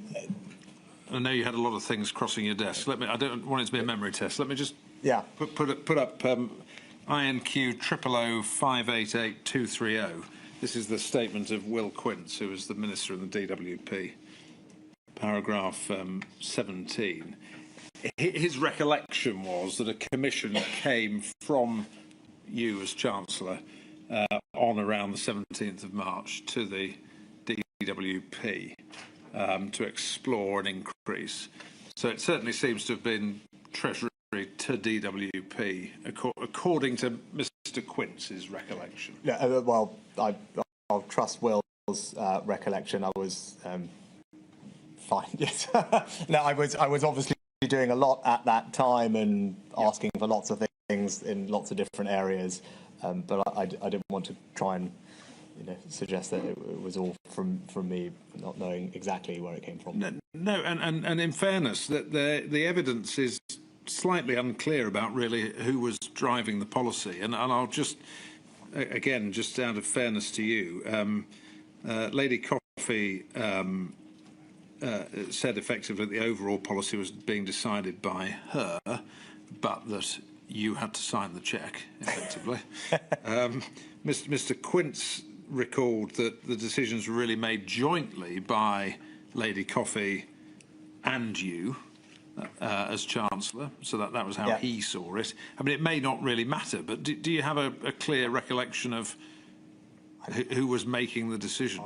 I'm sure if the former Prime Minister was sitting here, he'd probably say it was actually the rest of us could decide what we like, but actually the decision left with him at the end of the day. I honestly can't remember. I think there's economic policy was generally driven out of the Treasury. I was driving it across the board at this moment in time. There are a few particular things about DWP policy because the Secretary of State has a legal or has a statutory role in the setting of various benefit levels and has to undertake various reviews according to statute. So from a legal perspective, he or she has to be the one that formally makes the decision, potentially. So it might be some reflection of that, which I'm sure the teams can check. But I, as a general sense, I set out those criteria at the beginning of what we were trying to achieve. I, of course, in the context of all the different things we were doing, would have spoken to my team about, well, what do we do for those who are the most vulnerable, and what do some of those interventions look like? Of course, I would have said something like that, and that would have led to flurries of commissions and work, and then start going through options. Yeah, well, I'm pleased you referenced that, because I was going to pick that up actually. That looking, as you put, the strong eye on the most vulnerable. This came at an early stage on any view, 17th of March. Yeah. So it appears that at an early stage, you were Treasury was certainly thinking about recipients of universal credit or working tax credit. I mean, but was there effectively a formal strategy in terms of how you were keeping that strong eye on the most vulnerable? Or was it evolving in an iterative, organic way in the same way as all the other interventions were developing? but just you were keeping them in mind? Well, I mean, you have to remember at this time, 20th of March. I mean, this is where every single day we were doing something, and something quite significant, and trying to tackle all the different aspects of economic policy. Loan guarantees over here, support for those universal credit. We'd already done a bunch of things in the budget for statutory sick pay changes, grants and business rate relief for hospitality businesses. So I think this is a period where you were trying to just hit everything because you knew that this was going to impact everyone pretty much in the country, and so I don't think there was, quite frankly, the time to really sit there and spend a day designing some overall big strategy plan that you could work to. It was just the knowledge that we had to move incredibly quickly in all these different areas, of which this was an important one, and that's why the work was being done on this, probably exactly in parallel as the work on furlough, the work on CBILS, the work on grants. I mean, all those things were happening at exactly the same time. And from your perspective, was this about alleviating economic hardship in general, or, as with all the other interventions we've discussed, was this about taking steps to minimise, alleviate economic hardship arising from the pandemic? The latter, and that was. None of these things are perfect, by the way, as we've discussed. But the general objective here was to support those who were the most financially disadvantaged or exposed as a direct result of the pandemic, especially those coming to universal credit for the first time potentially, and in doing that, wanting, as with previous discussions we've had and other interventions, provide that assistance very quickly. And here in particular, the conversations we've had previously about things that are simple, universal, that can be delivered at scale and understood, had a particular benefit because the reinsurance part in this area was particularly important. And so, and I don't want to get into the background politics of the welfare state and so on and so forth, but from your perspective, and the reason I'm asking the questions is so we can look at the objective and how it was delivered, but from your perspective, this was about providing support arising from the pandemic, not to making changes generally in welfare provision in ordinary times. Yeah, I think that, yes, in terms of the interventions that we were designing, yes, and by nature, as almost everything that we've spoken about was temporary, right? These were temporary, targeted interventions designed to deal with the particular issue that we faced. And that's an important qualification you've just made from your perspective. When you signed off on the uplift, from your perspective, this was always temporary, by which I mean linked to the economic emergency presented by the pandemic. Yes, and indeed that was the legal position as well. It was not a permanent uplift. The mechanism for delivering it was one that it lasted for 12 months. Yeah. And so from your perspective, it was always going to end at some point. We'll discuss the extension. Yeah. But it was always going to end, and there shouldn't ever have been confusion about whether it was or wasn't going to end at some point because it was pandemic-related support. Yes. And I think you can contrast it to something else we did, which I think we announced at the budget, which was also in the welfare system, and that was a permanent change, and that was a significant increase to local housing allowance, the LHA, which was, from memory, about a £1 billion increase to the welfare bill that benefited over 1.5 million people, and increasing the level of that benefit. That was a permanent. It happened to come in at the same time as these things, so obviously as a marginal change was particularly beneficial during this pandemic period, but there was no suggestion that was going to be unwound.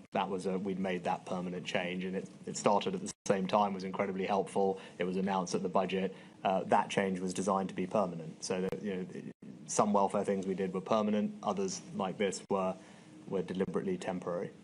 And so you're making the point there again, as you did with self-employed income support, it's necessary to look at all changes that were made, not just yes, one thing at a time. Yes, right. That's a very important point. And actually, you've jogged my memory because one of the other interventions that was particularly helpful for self-employed was time to pay, which I should have mentioned in the previous session we had, which was announced at the budget, but this gave self-employed people and businesses more generally, but particularly valuable to self-employed people, an ability to delay their tax payments. Yeah. And that actually was taken up by lots of people. We extended it. We made it particularly much more easy to access, generous terms, and we know made a difference to people.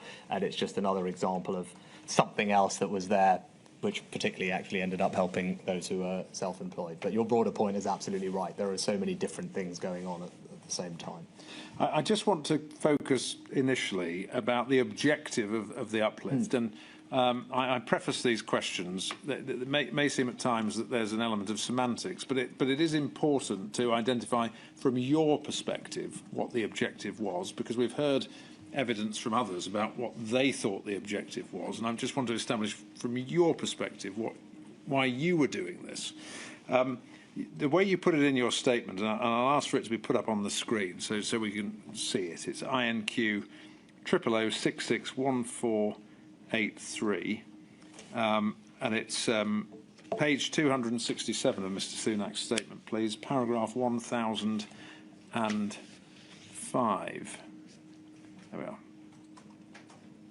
are. And you say the government's objective was to support those most financially exposed or disadvantaged as a direct result of the pandemic. It was determined that this was best achieved through the two benefits, which were both means-tested benefits and available where an individual suffered a reduction to their income as a result of reduced hours or unemployment, which created or further exacerbated low income. And the first point to note there is the point you've made in your evidence, that this was, so far as you were concerned, Mr. Sunak, to support those exposed to disadvantage as a direct result of the pandemic. Yes. Yeah. Yes. Now, I suppose that can mean lots of different things, because you might be disadvantaged as a result of the pandemic or financially exposed because the costs go up, for example. So you may not have lost any income, but you may find that it costs more to be at home because you've suddenly got to pay to heat your house all day, or you've got to educate your kids at home. But I don't get the impression that that's what you mean by financially exposed. Do you mean people who had lost income or employment and therefore were claiming universal credit? Or did you mean people who generally found themselves financially impacted?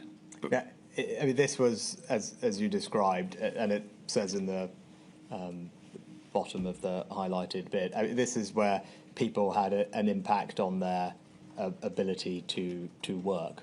And that would then either because their hours were reduced or reduced to zero, or made it less hard for them to get a job because of the various restrictions in place. And that's what this was geared to, which is what then led to the design of this particular policy. And we'll get into why we did it the way we did, and as this says, why we chose the particular basis for the uplift that we did, because it's, as we'll get into, linked to those employment outcomes and that work, and targeting people for whom earnings are a significant proportion of their overall income, and because it's that income that is facing the biggest change because of the pandemic and the fact that it was shutting down the economy, and therefore people couldn't work or couldn't find a job or had their hours reduced, and that was the bit that it was trying to get at.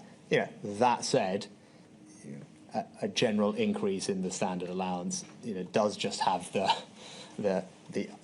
obvious benefit of in general putting more money into the welfare system in a very broad-based way, has a macroeconomic benefit of being a pretty effective fiscal stimulus in normal times, because the multiplier on that type of spending is typically very high. So there are other benefits or consequences of doing that have a more general application, but this is what we were trying to get at by doing it. Right.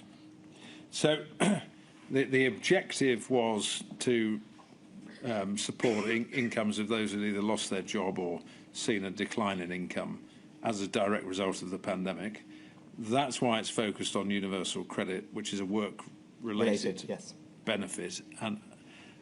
But if there were additional upsides, i.e. that generally speaking all low-income households are supported by the additional money and therefore find it easier to cope with costs, or that there's an additional advantage of some element of fiscal stimulus because people have got more money to spend, then those are, they're not really trade-offs, they're sort of win-wins. And it's not that we weren't aware of them, no. Right? Because those are all not bad things to have happen at this period either. And as I'm sure we'll hopefully have time to get into, when you look at the various measures of household income, disposable income, inequality, poverty, deprivation, etc., all those things in general either were constant or improved in many cases compared to the pre-pandemic year. So clearly this did have the benefit of more generally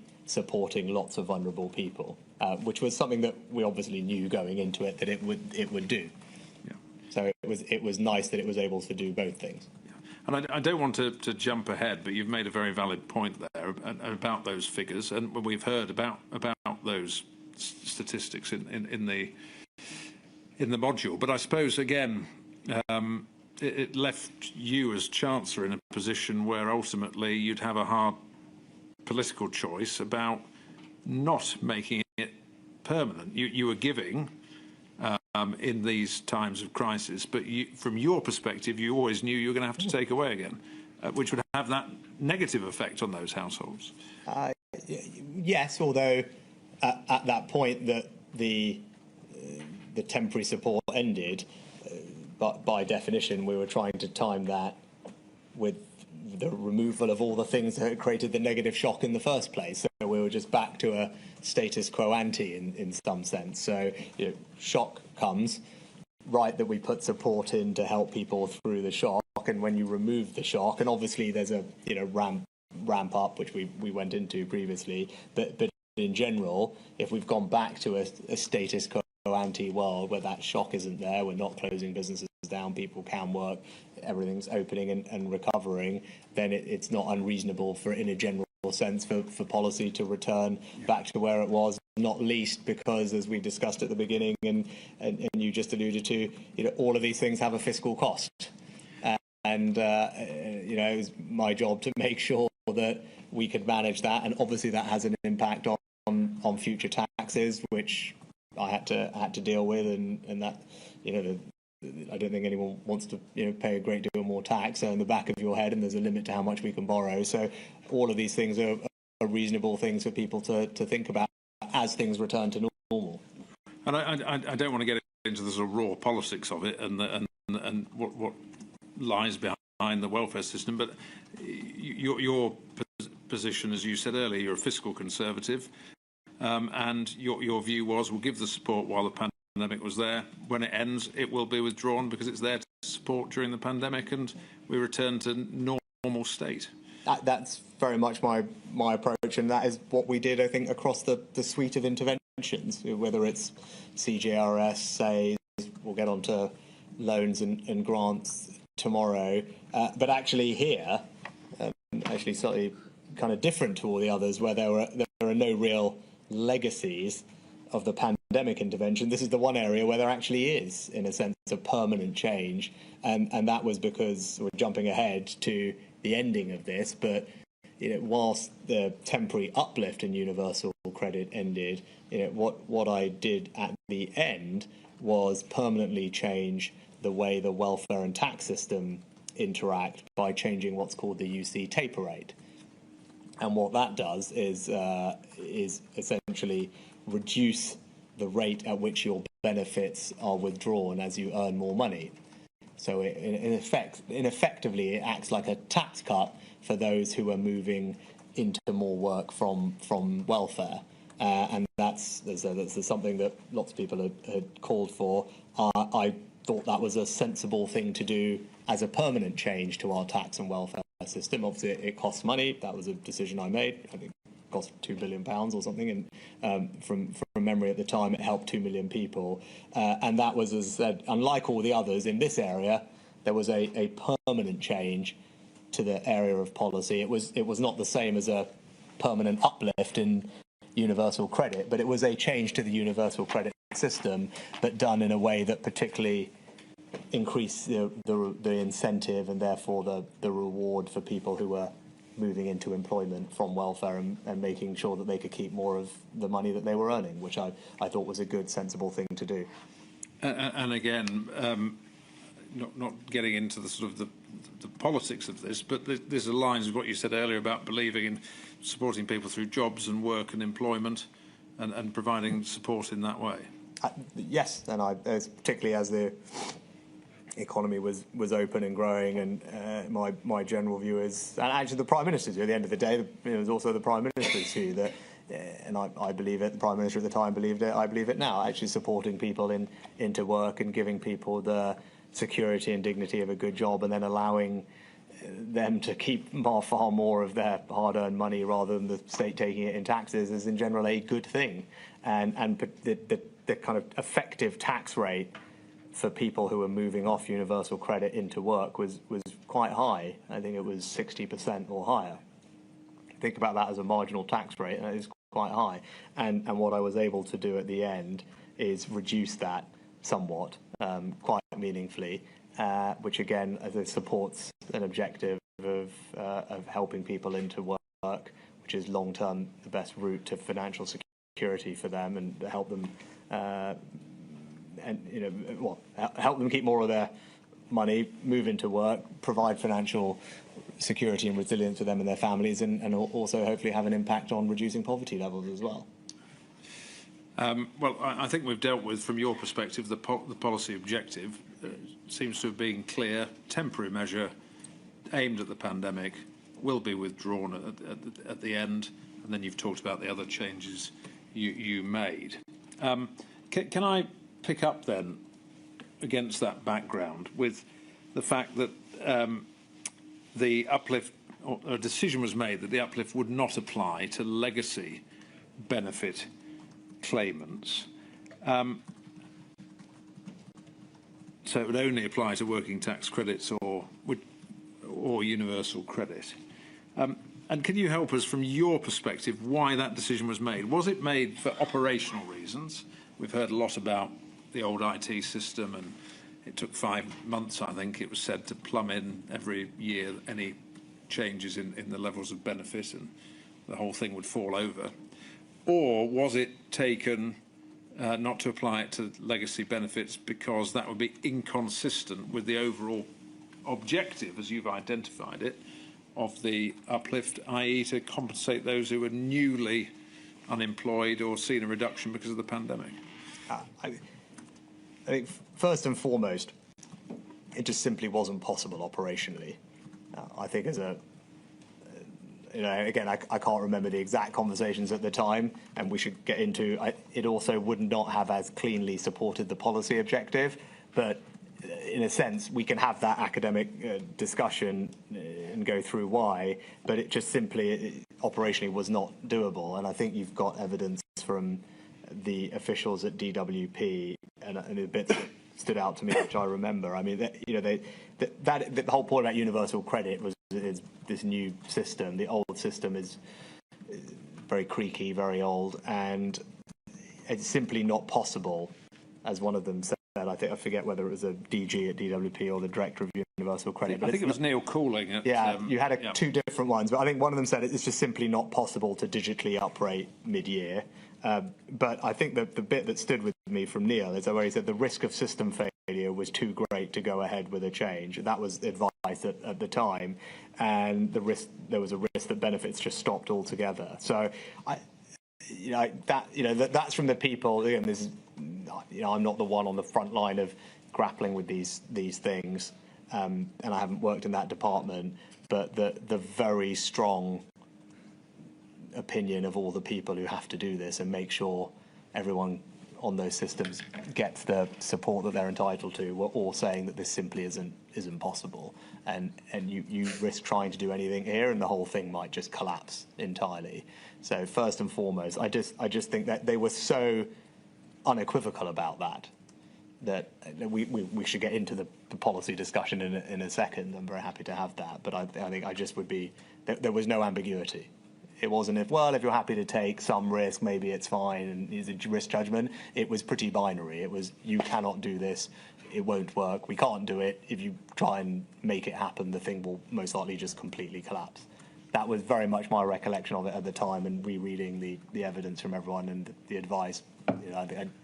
That kind of aligns with my memory of it. So this goes further than, for example, the discussion we were having earlier about HMRC and the pressures they were under. That was operational pressure, but this was actually a stark warning that the whole thing would fall over. Yes, that's actually, I think, a helpful distinction. There were things, as we were saying with Jim, like he could do a workaround, he could do a manual thing, and he'd say, fine, well, it will delay all these other things, or it will mean that we can do it, it will take 2 months.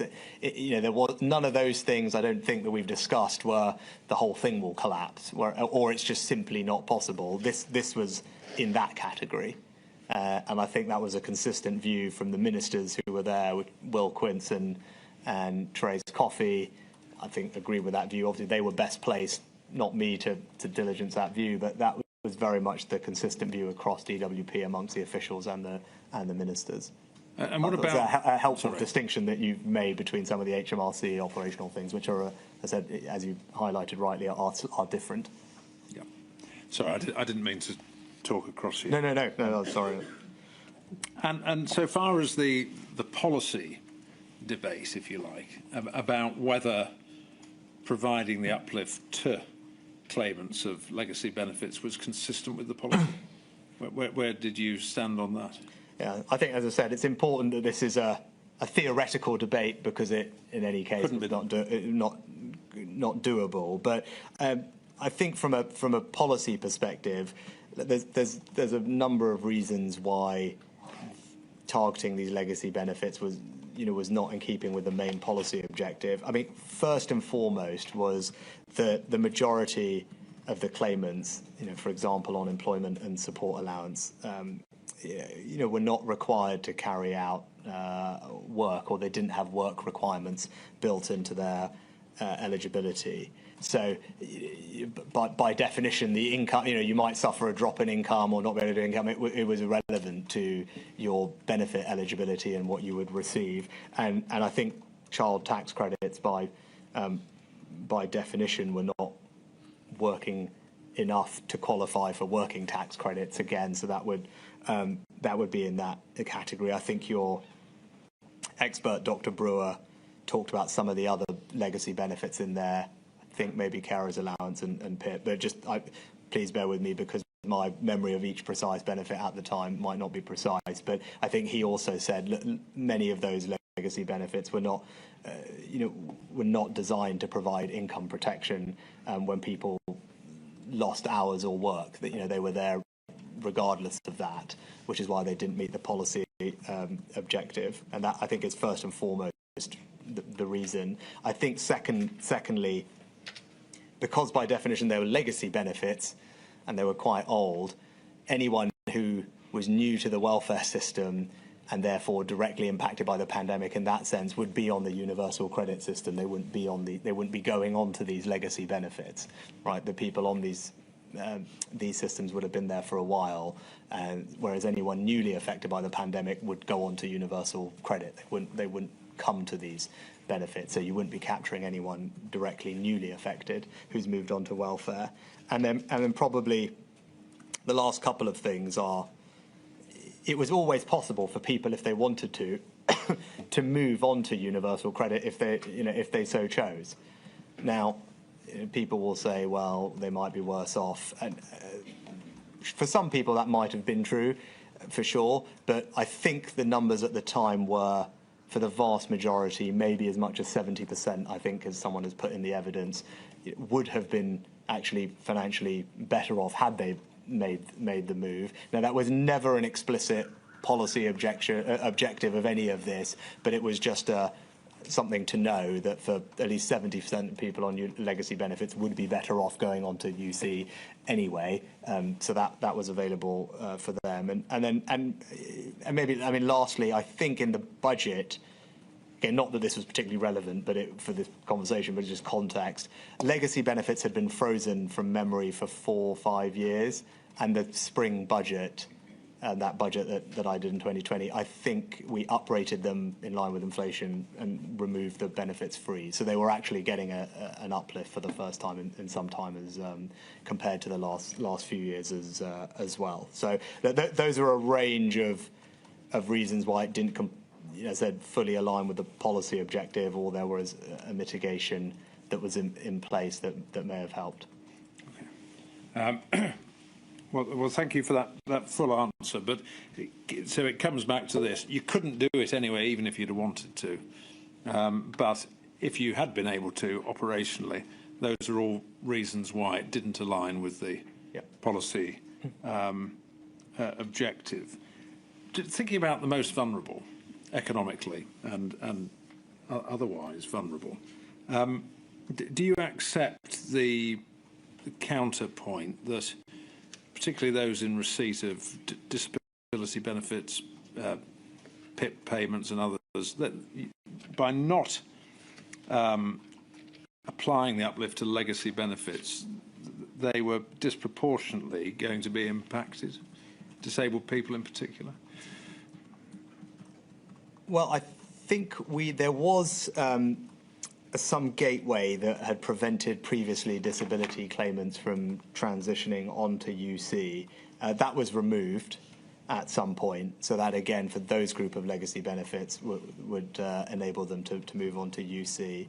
And then, so more broadly, it goes back to what we're trying to achieve, because those benefits hadn't changed, and for those people who were not working and would not have seen a change to their incomes as a result, because my memory of what the benefits that they received was designed to do was to support them with living costs. So it's a totally different benefit, and so that's why the policy objectives are slightly different. And obviously there was a regular increase in those benefits, as I said, because the uplift happened that budget and then came into force in April as it was. I turn this argument on its head and look at it the other way in terms of applying the uplift to universal credit, to all universal credit claimants. Looking at the other way,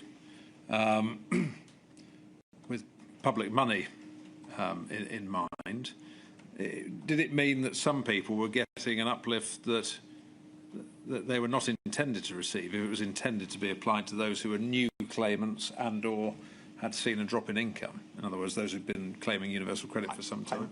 But by obviously by definition, I mean, yes, because same as we've discussed in all of these things, that's the downside in universality. Was there a way of avoiding that, though, and targeting, therefore, only new claimants? And the reason I ask is, if the objective is to support people who've lost their income because they've lost their job and therefore they're having to have recourse to benefit, if you could have only helped those people, you might have been able to help them proportionately more.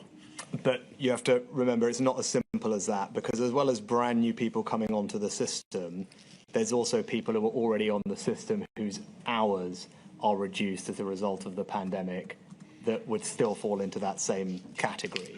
And then you would have to capture those people, as you rightly should, and then you're into a question of, well, whose hours are being reduced because of the pandemic, whose hours are reduced because they're doing something themselves or whatever it is. So you quite quickly end up in I think probably not an easy place to start differentiating between all these people. And my understanding, again, is that, and it's in the evidence, and I think you heard this from Will, it goes back to the operational complexity. Again, we sit here now and it was all fine. Universal Credit saw something like a 3 million increase in claims. I mean, a more than doubling of claims to Universal Credit in a matter of weeks. Let's be clear, if that had happened before Universal Credit, the system would have fallen down. Right, so all the people, as before, and I can't take any credit for that, all the people who preceded me, who designed that system, implemented that system, probably with lots of people telling them it was a waste of time or they were doing something wrong, they all deserve an enormous amount of praise. Because had we not had the brand new Universal Credit system and had it embedded for the years that we had before the pandemic came along, it would have been awful for millions of incredibly vulnerable people. The old system would have just not coped at all with that volume of new claimants coming to it. So we were also conscious of that. We needed to make sure that whatever we did was operationally going to be deliverable and not collapse, particularly because we're dealing with really vulnerable people who need this support in a timely fashion. And that's what also pushed us towards the simplicity of a flat rate change to the standard allowance without any micro-targeting beyond that, because there's multiple different versions of what you've just said, Mr. Wright. You could vary the amounts for different groups of people. You could target these people over here who are new, but not everyone before. And there's all sorts of targeting you could have done. And I think again, from the official, he said, this avoided obviously the complications, and the director of UC has put in evidence that they simply don't believe the department could have implemented a more targeted approach in the desired time frame. And I think Will Quince in his evidence specifically says it just that talk of targeting fails to appreciate the pace of events and the complexity of the systems and the high risk of inequity that this could create. So is a flat rate universal standard allowance increase perfectly targeted? Of course it isn't.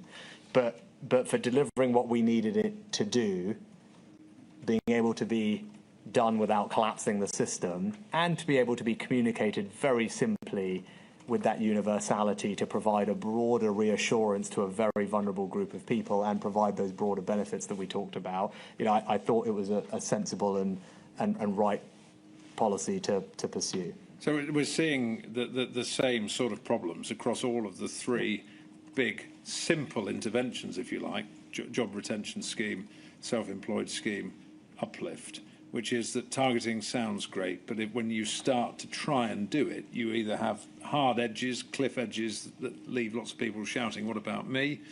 Or it becomes operationally impossible. Yes, and the benefit you get from a simple message that everyone can understand and take some confidence and reassurance from. And look, I would say, just because people shout at you and get upset at you is not a reason not to do it, right? Like we're in the business of, at least I certainly, you try and be in the business of trying to do the right thing for the country. It's not always easy, and people do get upset with you, and you'd like them to, generally come along with you on the journey, but sometimes they don't. But that's life, and I did that on the self-employment scheme and did get all that criticism, but I just thought it was the right thing to do and was happy to justify it.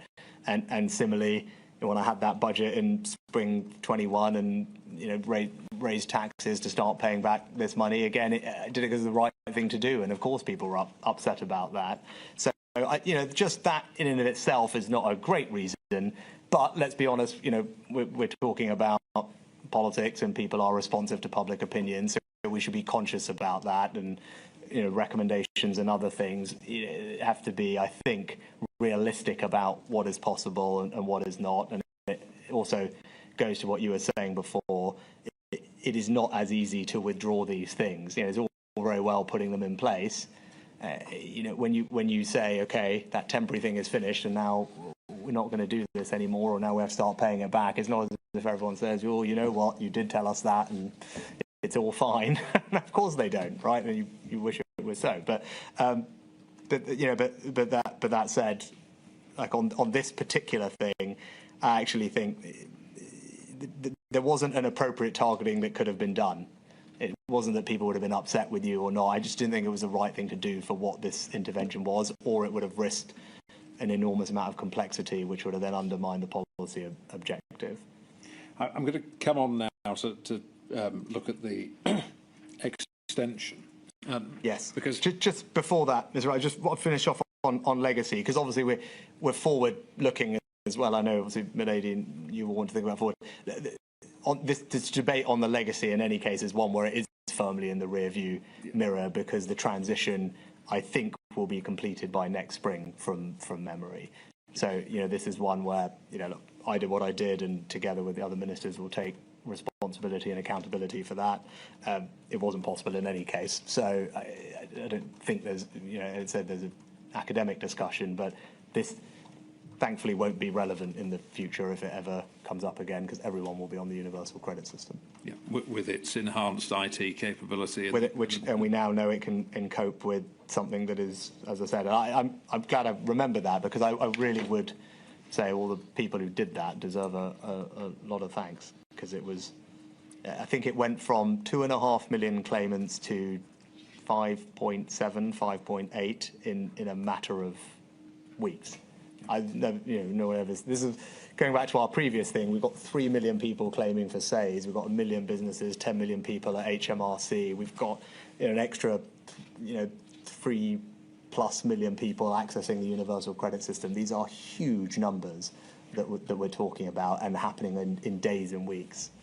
Did that also feed into your assessment as to whether to provide a flat rate or to change the rate depending on the composition of households? Because that was certainly discussed. And the decision, and again, I think would do the same again, was the flat rate, for all the reasons that we've just discussed, did exactly what we needed it to do. Simple, easy to communicate, and easy to stand up. And deliverable. Right. Yeah. So when it came to the extension of the uplift, I mean, these benefits were uprated for a year until 2021. That's the end point unless something is done. It's not a question of withdrawing it. It's been a 1 year uprating. Yes. But there became a discussion about the extension, and the discussion presumably became necessary because of the health position in the nation and restrictions continuing and so on and so forth. There was some disagreement, wasn't there, between DWP and Treasury as to how, A, whether there should be an extension, B, if there was an extension, how it should be configured. The Secretary of State for DWP was arguing for splitting it, reducing the one part to £10, then £10 for a child. Or also you were exploring the possibility of a one-off lump sum payment as an alternative. So can you just, from your perspective, explain to us where you sat with, first of all, whether there should be an extension initially, and then how that should be delivered, whether a lump sum or retaining a flat rate? Yes. So I think probably, actually, I think this is actually a good example of cabinet decision making working quite well. I think actually there was completely good-natured, constructive discussions between Tiz, me, and the then Prime Minister about this issue. Lots of good meetings, lots of going through the options. To your point earlier, everyone working from the same set of shared facts, figures, analysis from DWP and HMT about the options. I think the thinking evolved. We started discussing this probably in the autumn, and obviously the health situation then was changing between then and when we ended up making the final decisions going into the spring budget. So I think my thinking may well have evolved during that period, and I think where we ended up was what I think was again, why did we do it? It aligned with the other things that we were doing. We're going to go through all the different interventions. They broadly align or the economic interventions, if you look at how they were all phased out, they all broadly align with the health restrictions phasing out. You know, if you put a chart on, we had we had it in one of the bits of evidence. You know, we thought about it across the piece. You know, the loan schemes, the grants, SAYS, or the last SAYS grant, CGRS, universal credit. It wasn't as if one thing was ending here, one thing was ending there, one thing was ending there. They were all actually, if you look at them, being done in a pretty consistent and coherent manner. And again, all of that was driven by the changing health picture. So, you know, this ending at the end of September at the same time that SAYS ended, that CGRS ended, that the grants ended, again, you'll see a kind of similarity amongst all of these things. So that's kind of where we settled on. I think it's not unfair that there's a bit of disagreement about that. You know, the Secretary of State for Work and Pensions arguing for, you know, more money for the welfare system. It was ever thus, and I'm sure it will always be ever thus in general. Can I pick that point up? I mean, Mr. Quince was quite candid in his evidence about this, in that he took the view, well, we've got the money in the system now, let's try and make it permanent, really. Let's try and land it permanently. Now, this is, would you say, you going back to your ordinary state as Chancellor of the Exchequer, which is a responsibility to overall government spending and budgets, and was this the point at which you've been looking at this as an economic intervention related to the pandemic? That's how it had come in. That's still how you were looking at it. But the DWP was moving on to thinking about it in terms of, can we bank this going forwards?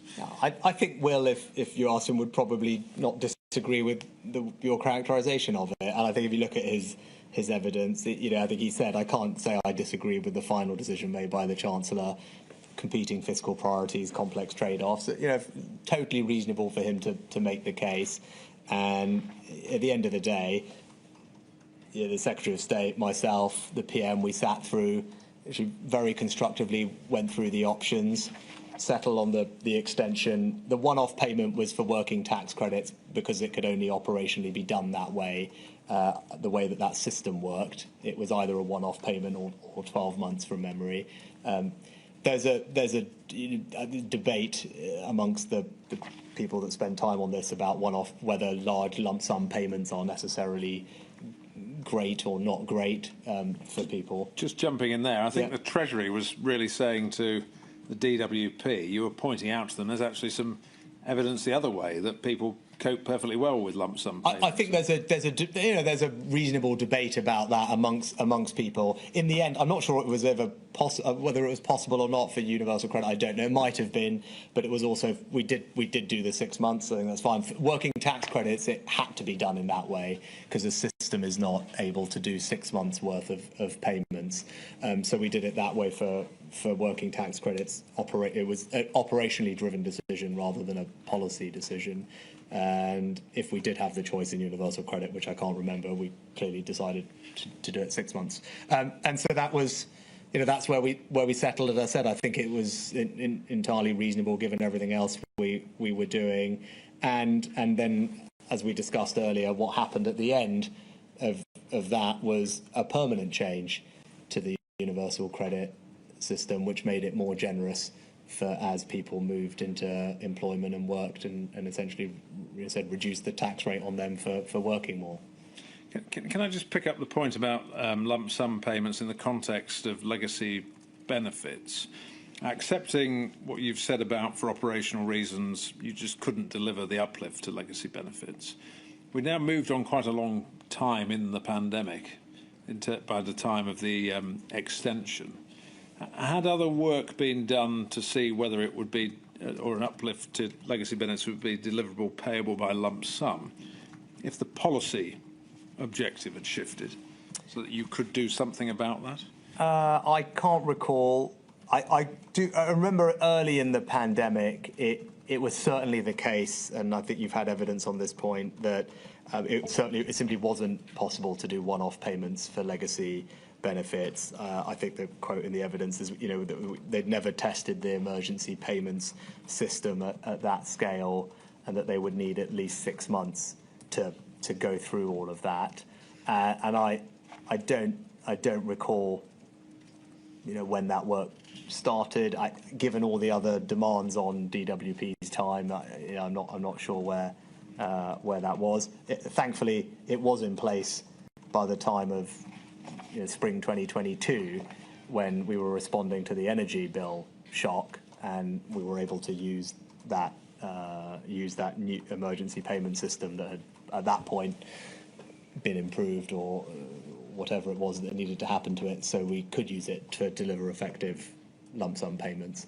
So again, in terms of the future, that has now been done, but I think legacy payments in the future won't be an issue. So it's, because everyone will be on universal credit anyway. So, but in any case, it had been done by spring 2022, which was good because we used it to respond to the energy shock. Yeah. I'm sorry to get into what you might consider to be the weeds of details at 4:20, but just on when the decision to uplift was actually made, I just wonder if you can help us with this. And there seem to be a few meetings, key meetings, in February of 2021. There was one on the 4th of February where the Secretary of State, Prime Minister and yourself had a trilateral. You had a bilateral meeting with the Prime Minister on the 8th of February where we know that universal credit was discussed. And you say in your statement you agreed to proceed on the 17th of February, 2021. And then there's a further trilateral meeting on the 26th of February. Can you help us at all with, your statement says 17th of February you agreed to proceed. Was it likely at the bilateral with the Prime Minister on the 8th of February, do you think, or was it a sort of continuing dialogue? I honestly can't remember, but the budget was on the 3rd of March, and it was announced at the budget, and this is something that everyone is a bit more intimately familiar with OBR processes now, but that was something, it's the kind of thing that you would need to have communicated to the OBR some period of time before the 3rd of March, maybe. And I tended not to do things last minute, so that I would have imagined would have been towards the end of Feb, maybe the 20th or something. So that feels about right to me, but I can't honestly remember beyond what I put in my statement as to where it was. But the Prime Minister was intimately involved in all of this, and would have signed off on the final decisions, as he would because of all the budget decisions. He would go through with me and sign off on them, and this was something that he'd had the meetings with Therese and me on, and ultimately took the final decision. In terms of then the uplift ending, and again, it wasn't that a decision was taken to end it, it was just that it had been extended, and so it then came to its end, and that's probably the right way of looking at it. Yes. It's not a new decision not to end it. But looking back, and you having been very clear about what your objectives were and why you were doing this, and accepting that the DWP, in terms of extension, were pushing to try and land it permanently, do you think that public communication could have been clearer, should have been clearer, that from the very outset, don't get used to this, putting it bluntly, this is a temporary measure, that's all it's ever going to be? I can't recall each individual instance that I was asked. I can't imagine that I was ambiguous on that point. And again, it's the same as all of the interventions. We'll go over the others tomorrow, but all the ones we've been through today all had and most of it was all announced at the spring budget, in that 3rd of March, where there was roadmaps for CJRS, for SAYS, business grants, etc., universal credit, working tax credit. All of that was announced. Here's the plan. Here's the exit roadmap from the pandemic. Here's how the economic support is going to taper off over the next 6 months. Look, there's always people who would want to create and lobby and create news and talk to people to try and get energy around the idea it should be extended. Of course, that's going to happen, but I guess the person who's doing that job, whether it was me then or someone in the future, they can't stop people from agitating or lobbying for it to be made permanent and suggesting there are reasons it should be. That's always going to happen. And I would have been consistent, I would imagine, throughout that, we've set out a set of taperings or finality to these schemes, and that's what we're doing. Yeah. We understand that the DWP itself didn't do any monitoring or evaluation of the uplift in terms of that very narrow intended target group. I accept the wider point you've made about, if you like, the unintended benefits to everybody who received it in terms of poverty and living standards and so on. But in terms of its actual economic objective of cushioning the blow of those who lost their jobs or lost income, are you aware that whether the Treasury did any evaluation or not? And if not, isn't that important if you're spending money in that way to evaluate it? Yes. I mean, we do know a range of things, and I think it's worth, just in the time we have, because this was something that, as I said at the beginning, was an objective of mine to support the most vulnerable, and I'm proud of what the government did and everyone who worked on this achieved. And like everything, nothing's perfect. But I think you've had evidence from lots of people, including the expert witnesses, who have been clear that what we did made a considerable difference to those low-income households.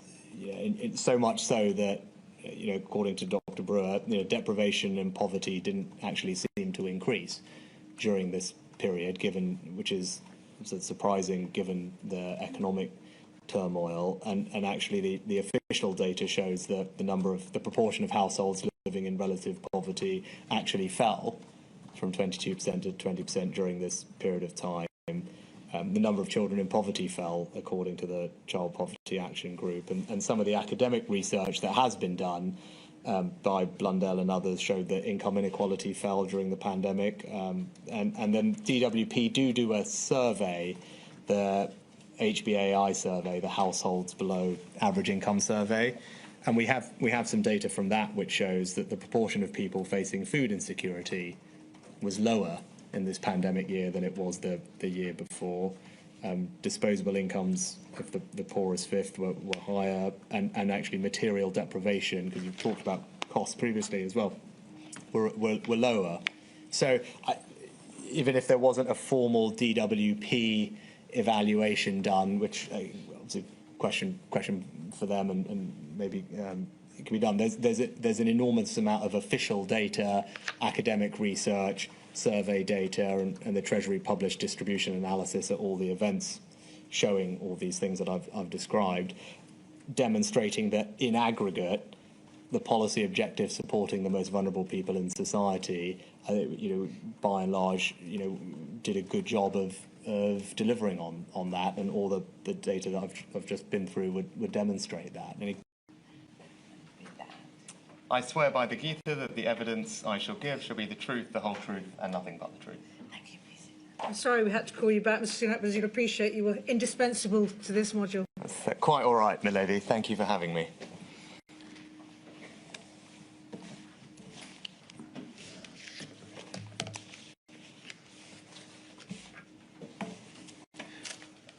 Mr. Sunak, you've provided a statement to this module of the inquiry, and I'm going to give the reference number now for the record, which is INQ 000661483, and you've provided that statement in your capacity as Chancellor of the Exchequer during the pandemic, having been appointed, as the inquiry understands it, on the 13th of February of 2020.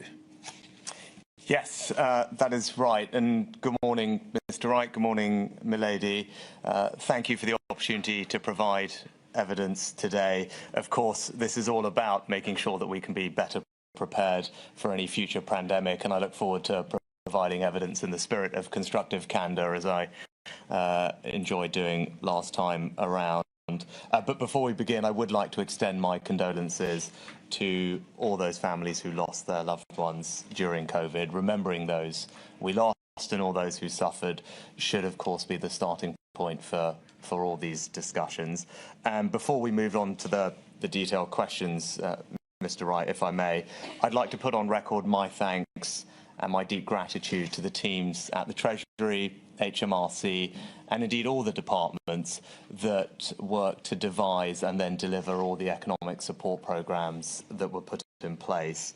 They worked tirelessly, selflessly, and without complaint. And I think that they demonstrated exceptional skill and professionalism throughout.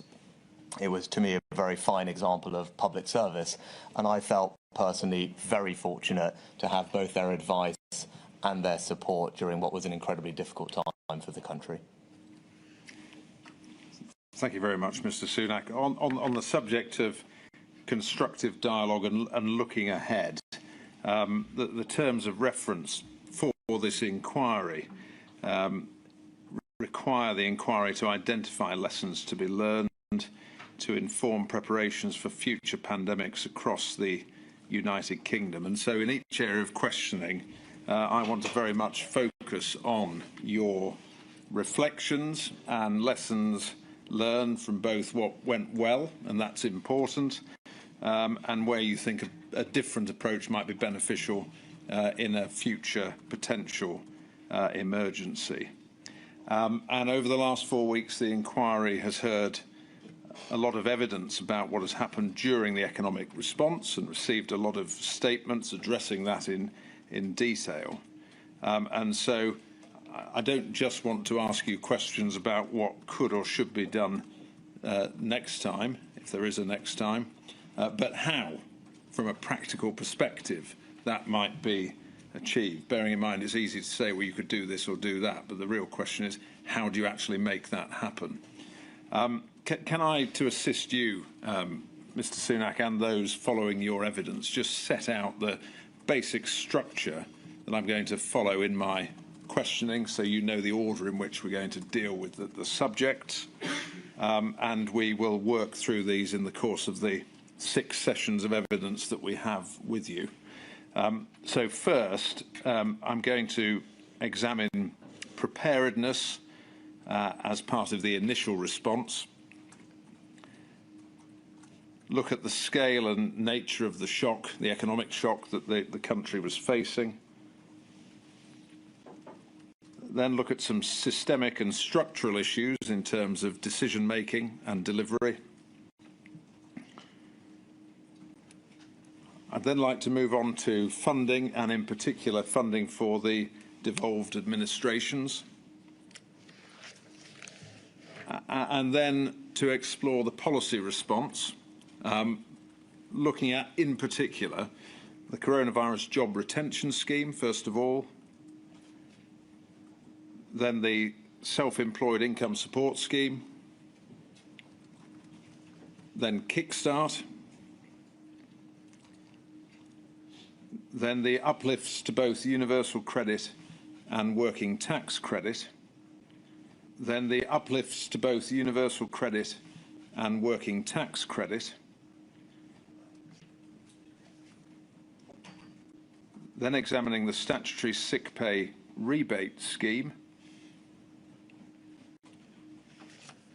then looking at loans as an umbrella heading, picking up different loan schemes within that, grants as an umbrella heading, picking up different elements of grant schemes,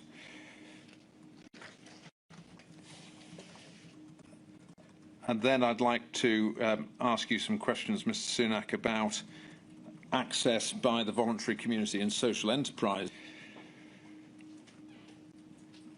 then to examine the economic impact of long COVID as a discrete subject, and then finally, and I'm sure you'll be relieved that it's a finally, to come to giving you an opportunity and to discuss any overarching lessons and reflections that you have, having been Chancellor during this emergency, and to look at any recommendations or thoughts for the future that you wanted to share with the inquiry. We obviously will pick up reflections as we move through, but I want to give you, as I have with every witness, an opportunity at the end of your evidence to make any points that you feel are important points of learning. As I've said, you were appointed on the 13th of February of 2020 as Chancellor. You'd previously been Chief Secretary to the Treasury, so you had been within the Treasury, is that right, before that? Yes, that is right. And there had been a number of appointments on or about that date. We've heard Lord Sharma was also appointed on the 13th of February. And we know that the current Governor of the Bank of England came into post a month later, 16th of March. And we understand that the budget, but that is a regular fiscal event, as opposed to some emergency budget, was programmed for the 11th of March. So regardless of the pandemic, your first job was going to be, or your first big job was going to be to deliver that budget on the 11th of March. Is that right? Yes, that is correct. Yeah. And so you had been, and I'm just setting this context really to remind us all of the scale of the challenge that you and officials at the Treasury were facing at the time. You had been Chancellor for just over a month when, on the 16th of March, the Prime Minister recommended avoiding all non-essential contact and travel. And then a week later, there was an announcement of lockdown that effectively put the economy into something approaching hibernation. And this was therefore a significant economic crisis unfolding that was unprecedented. You informed the nation on the 17th of March in a speech that the coronavirus pandemic is a public health emergency, but it is also an economic emergency. And you put it, Mr. Sunak, in this way: we have never in peacetime faced an economic fight like this one. And it was an economic fight that resulted, the inquiry knows, in fiscal interventions to a value of in excess of £350 billion over the course of the pandemic. So I've just set that context so we remind ourselves of where we were in February and March of 2020. From your perspective, coming new into the job, for example, you were having to react to a situation for which there was no playbook, as it were. Nothing like this had happened before. Is that right? Yes, I think that's exactly right. I mean, you mentioned I'd been in the Treasury.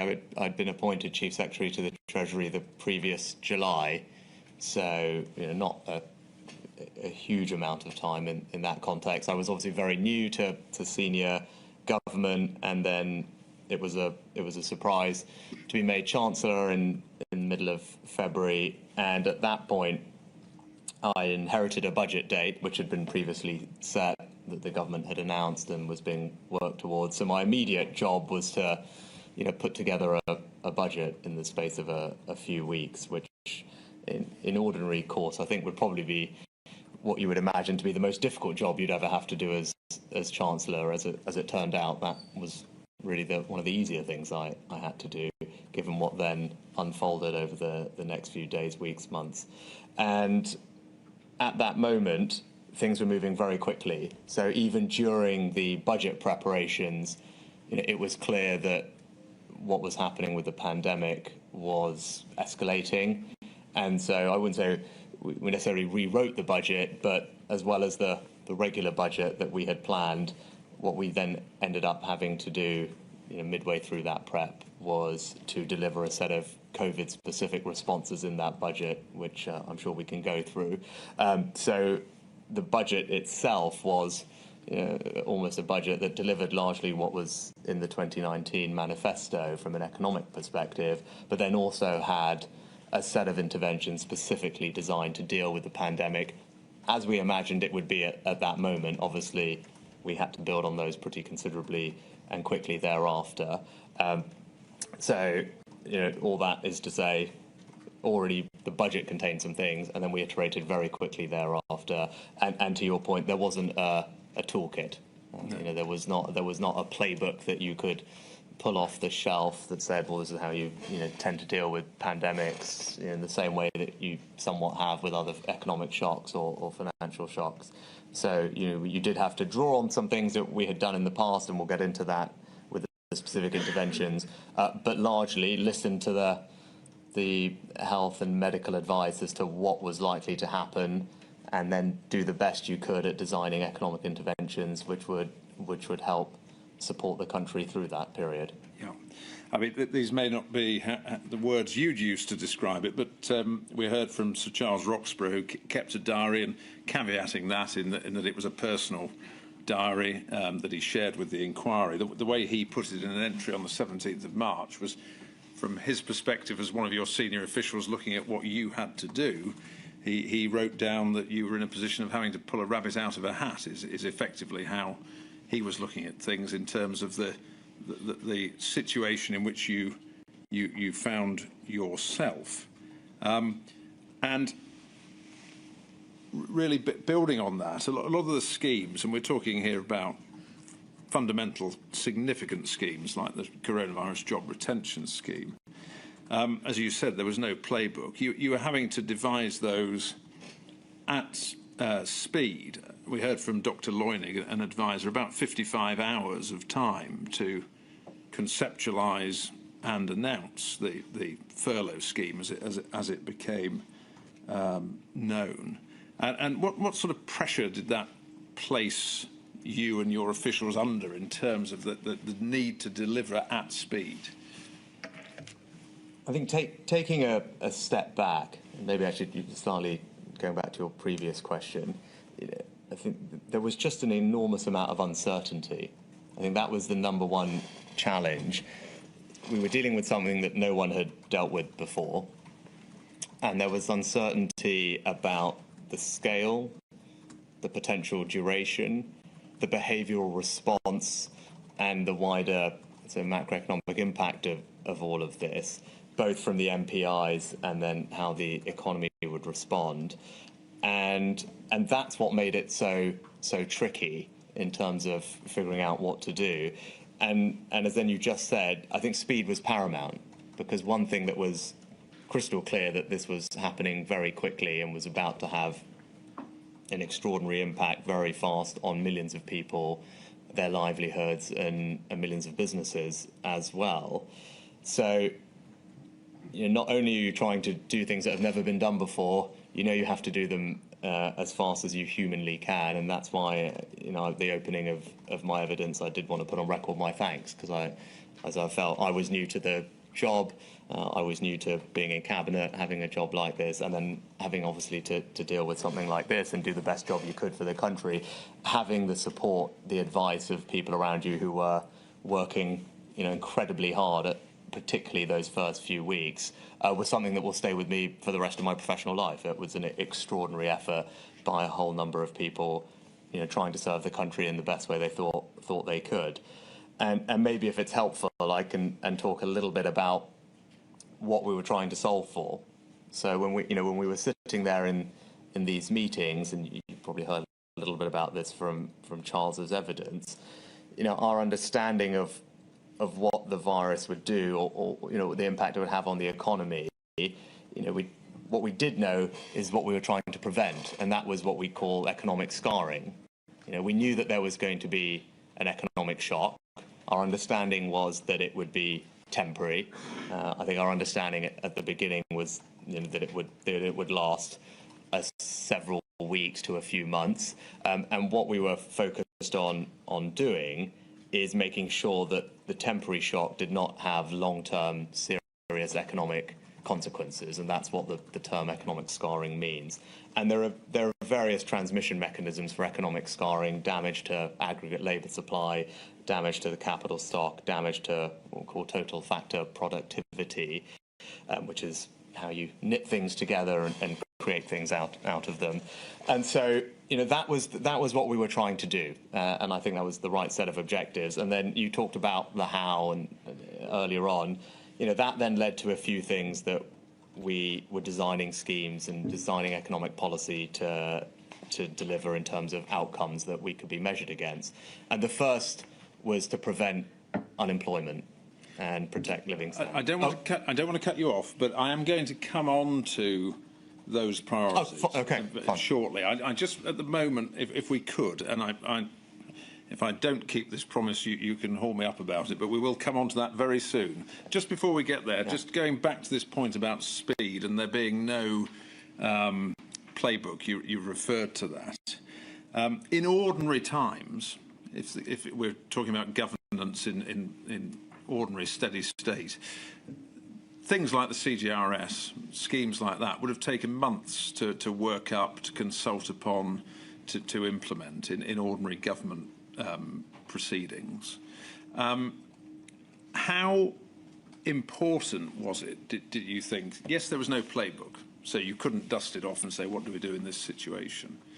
But did you find that actually having an entrepreneurial approach to decision-making was a benefit? In other words, that being freed of the usual strictures of government systems and operations? I don't think it necessarily was strictures, but I think the necessity of speed just meant that everyone recognised we didn't have the luxury of time. Yeah. And I think that was everyone's driving force, really. I can't think that there were particular processes or structures that somehow we did away with. It was just that we had to work quickly. And as we'll get into later, I think there was an acknowledgement from the beginning. I mean, you used the word entrepreneurial. I'd probably say iterative, maybe the other way to characterise it. There was an acknowledgement early on when I was talking to the team that, of course, we weren't going to get everything right straight away. I think that would have been, surprising given the speed at which we were operating and the scale of the interventions we were designing and putting in place. So there was a recognition up front, and I, encouraged the team to be comfortable with that was okay, right? We couldn't let perfect be the enemy of the good, and we were going to have to acknowledge that we would iterate as we go. I think there are general lessons for policy making, I think, in any case, about that, what they call in the Cabinet Office a test and learn approach and an iterative approach to policy making. I think that's a good thing. I think that's what you see in the private sector for sure. I, in general, think that is a good thing for government to try and adopt, even in peacetime. It requires a recognition on everyone's part that, you are then putting things out there that are not perfect day one and then iterating them over time. But I think in the context of a pandemic, everyone was comfortable with that, or should have been, because we had to get things out fast. Otherwise, the consequences would have been severely negative. So that iterative approach has benefits in all times, in your view. And so when we look at playbooks and the idea of playbooks, and this is just why I'm interested in this issue, in terms of how much planning you can ever do.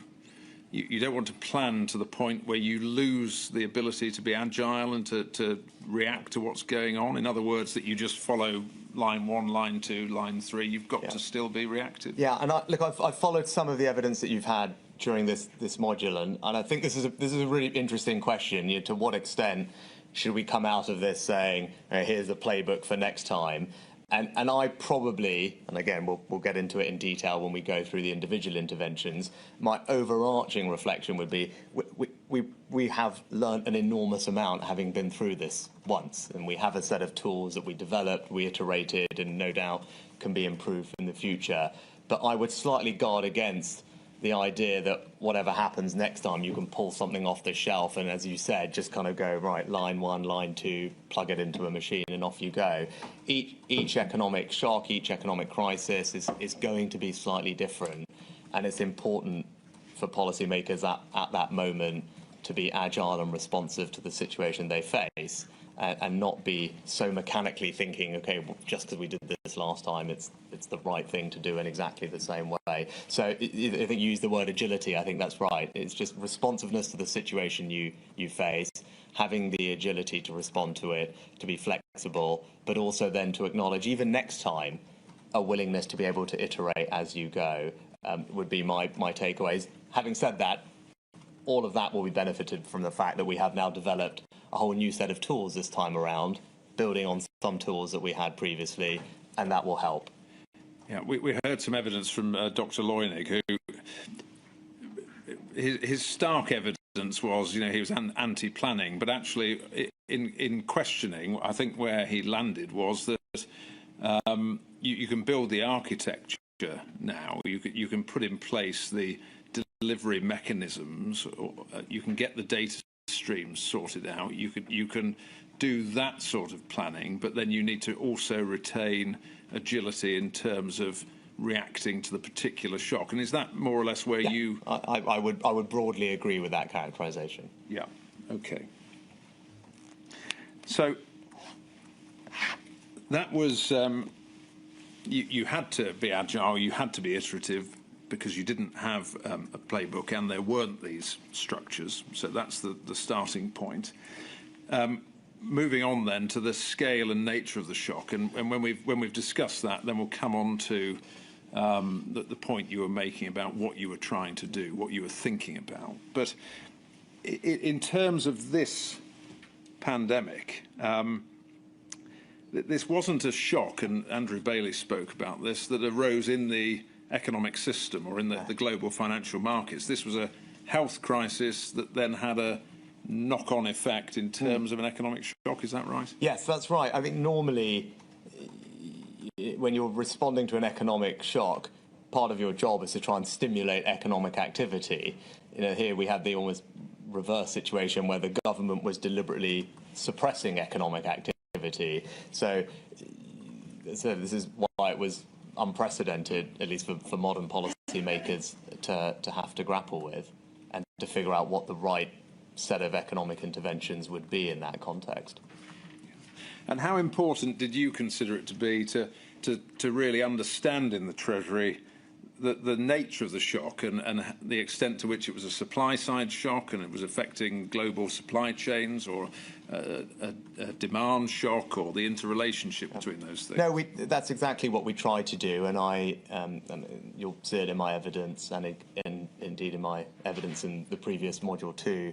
The calls that I had even during those budget preparations with the Chief Medical Officer, Chris Whitty, and the Chief Scientific Advisor, separate from the various cobras and things we were at. I spoke to them specifically with my team to try and glean as much as I could from them in those early days about what this would look like, so we in the Treasury could then do the best job we could of understanding the impact that would have on the economy, how we should think about it, and then help devise the right type of responses. The first iteration of which you saw in the budget, and then we built on thereafter. Yeah. I mean, ordinarily, as Chancellor of the Exchequer, you set the economic policy direction for the country, and you announce measures in a budget. And so, in a sense, usually the Treasury is in control as much as it can be, or any government department can be. But here, was the Treasury finding it had to be reactive to other events rather than able to control those events, given the nature of the shock? I think, of course, the Treasury and the economic response had to be responsive to and based on the health interventions. So I think it's kind of a statement of obvious in one sense, but the Treasury couldn't drive the conversation, especially in those early, and nor should it have done, in those early days and weeks. And I went through this in some detail in my evidence in the previous module.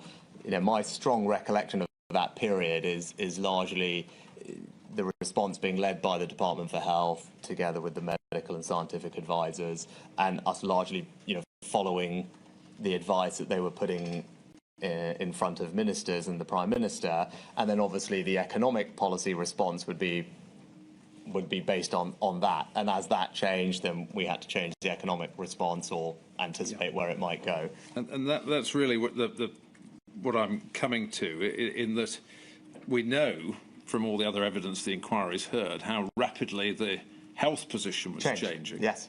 And so from your perspective, did that mean that the economic position was changing just as rapidly behind the health development? Yes, that's right. And I think I perhaps maybe slightly underappreciated how, and I going back over all those individual meetings of that period, even when I went over it in preparation for the previous module and now, I'm struck by how much that health and medical advice was changing in those early days. I think people, even I was struck by that rereading it. And of course, the economic response then had to keep up with that. And you saw that because we put a set of things in place for the budget, and then very quickly we had to then go and do a whole host of other things. And what we did in the budget wasn't that it was out of date. And in fact, many of those things persisted for a long period throughout the pandemic, but we had to do significantly more than that. And that is a reflection, as you said, of a rapidly evolving health situation. And that pace and the speed at which things were evolving presumably supports your view about the need to retain agility and to take this iterative approach. Yes, I think that's absolutely right. And the Treasury has a great institutional ability to deliver, I'd say, set-piece economic policy announcements because of the budget process. And what we had to do in the organisation, and they responded, absolutely brilliantly to that, and reflect on the time. We almost had to deliver 5 budgets in the space of about 2 weeks. In terms of the scale of what was being announced, they were bigger than pretty much any budget that had ever been announced by any chancellor. And it felt like for a period we were doing one of those every 2 days for that first 2 weeks. It was an incredibly, to go back to what you were saying before, it was an incredibly intense period, those first 2 weeks. And as at every second day, I was popping up. It felt like doing a press conference announcing something, and then behind all of that there was 48 hours of non-stop work to get to that point, and then after that go and make sure all the implementation was happening, and then move on to the next thing.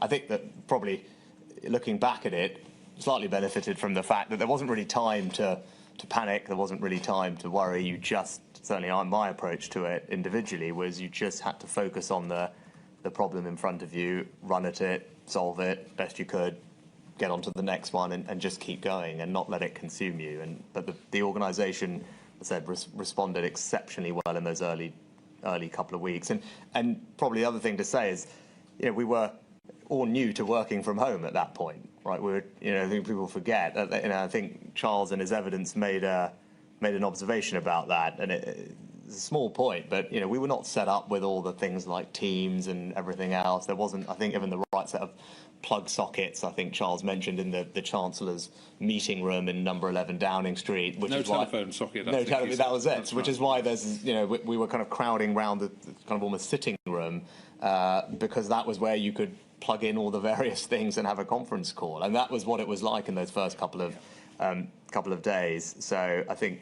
given that, I was very grateful for the team for rising to the challenge to get me what I needed to go out and do what I had to do, which we'll come on to in a second. And in terms of what the challenge was or became, and again, just for context, we've seen the very first briefing you had as Chancellor about the pandemic, and at that time there was still an expectation it might be contained even in China, that it might not reach the United Kingdom, and then months later the budget, that's all consigned to history. But in February, March, was there still a hope, perhaps even an expectation, that it might be capable of being a relatively short-lived economic shock? Yeah, you can see that in the evolution of the various minutes coming from the SAGE meetings and the packs that were prepared for ministers in the COBRA meetings. That was very clear. There was a set of things that people were working towards. And I remember clearly at that time, especially in those early conversations, a lot of what the medical and scientific community were advising us was not to go too early, because they were with the various interventions, because they were worried about public, I think, acceptance of them, and they needed to maintain a duration. And so they were quite focused on getting the timing right. And as the quotes are in my evidence about, I think, the chief scientific advisor at one point saying it's important not to go too early because these things need to be maintained for a period of time. And clearly, as you said, things just kept escalating. Things were put in place. Then ultimately, even at the end, that last few days, I think the Prime Minister said to people it was voluntary social distancing and to avoid hospitality and leisure on the advice from the scientists. And schools were not closed at first. Then the advice was that they should be closed, and that was followed immediately. And then even at that point, there was a belief that voluntary social distancing, together with school closures, if there was, I think the number was 75% compliance, would be sufficient to manage the virus, to deliver the health outcomes. And then 2-3 days after that was said, it was decided that wasn't going to be achievable, which is why you had to move to a full mandatory lockdown. But to your point, the health and scientific advice was changing every couple of days, and that's what characterised that period. And going back to your point, there was a sense that it could be contained at the beginning, and then it would last for a period of time, more than a couple of weeks, but a period of time. And that's what we initially designed the economic interventions to do. And that's why I'm really setting this ground, because you're having to be reactive in the Treasury to health events. But as Chancellor, in terms of setting the economic response to the emergency, the economic response to a short-lived emergency may be very different in terms of its policy and implementation to the economic response to a long-lived emergency. Is that fair? Yes, I think that obviously sounds right. I mean, again, looking back, and I think it's probably better for when we get into the individual interventions. It's not obvious what very significantly large decisions that we would have made that would have been very, very different at the beginning, knowing if you knew that it was going to be for longer than you thought. I mean, there might be some micro design details, but I'm not actually, as we get into it, I'm not sure if that's necessarily the case. And that's whenever it's appropriate to get into what we were solving for, and then so at least you have an understanding. Well, let's come on to that now. Yeah, because I think, as I said, a lot of that is slightly time agnostic in a sense. No, understood. So here you are. The health position is worsening. That's having an economic effect. What was it you were having to take into account in terms of what you were trying to prevent, what you were trying to achieve, and why? I mean, I won't repeat what I said about economic scarring, but that essentially is the kind of economic theory underpinning what we were trying to do. And as I said, and just to put it simply, it's to try and make sure that a short-term economic shock doesn't lead to long-term damaging outcomes for the country, the economy, for people and their livelihoods. Can I just pick up on that? Yeah. Does that mean that, so far as it is possible, you want to take interventions that mean that, first of all, the economy can recover quickly and it can recover to the same level or as close to as it was before the emergency? Yes, it's about protecting that potential output of the economy. And then if you go, and what does that mean? Well, it means preventing mass unemployment, because obviously if you have very large-scale unemployment in the short term, there can be permanent damage from that. So, protecting job matches and keeping people connected to their jobs is important. Linked to that is obviously preventing firm failure. both in and of itself and because of the impact on employment, and protecting, as you described, that potential output of the economy. So otherwise healthy, solvent businesses, you wanted to make sure that they would still be there when this finished, to have the recovery and not lose that output.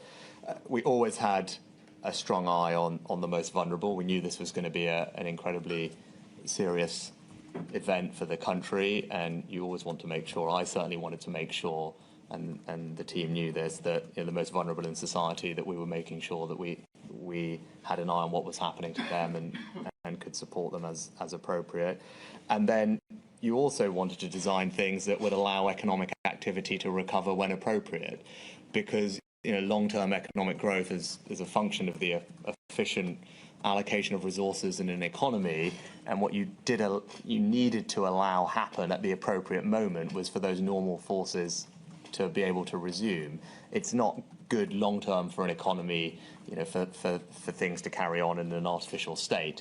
Believe, as I do, in markets and their ability to allocate resources efficiently. So you wanted to make sure that, as appropriate, economic activity and normal economic allocation mechanisms could operate and markets could function. And then lastly, but not least, of course, was ensuring value for money for the interventions and thereby minimising the fiscal impact. So as a kind of set of things, there's 4 or 5 things there that were always at the top of our mind. And at the beginning of the pandemic, I'm sure probably they were written down somewhere, but that was a set of things that we were solving for, fitting in this overarching desire to avoid economic scarring best we could, or minimise it. And as you'll see, as I describe those things, there's an inherent tension between these things. And I mean, all economic policy making is about trade-offs for the most part, but this in particular. And yes, of course, minimising fiscal impact, ensuring value for money is incredibly important. Designing schemes that could ensure economic activity could resume is, of course, important. Where we probably put more weight in those early days is, as I said, protecting unemployment and business failure.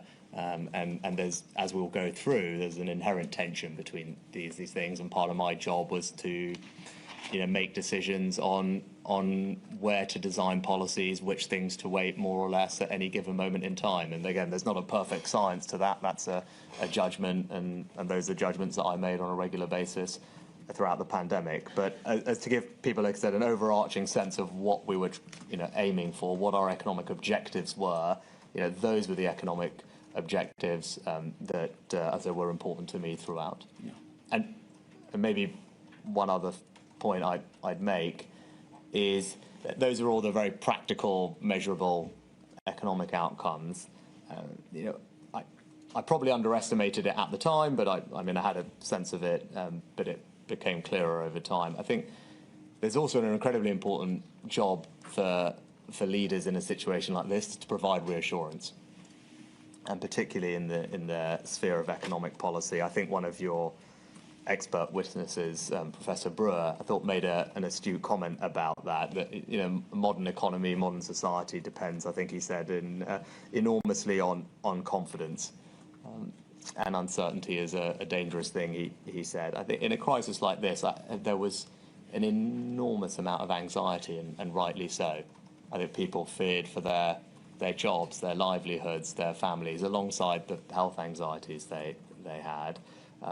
What it would mean for their economic financial security, what it meant for their family's security, what it meant for their house, their small business they built up. Were they going to keep their job? Would they have a job to go back to? Would they be able to make their mortgage or rent payments? And so, my role in part was not just to get all the policy things right, which was it was early on to just provide reassurance to the country that we would get through it, that we would do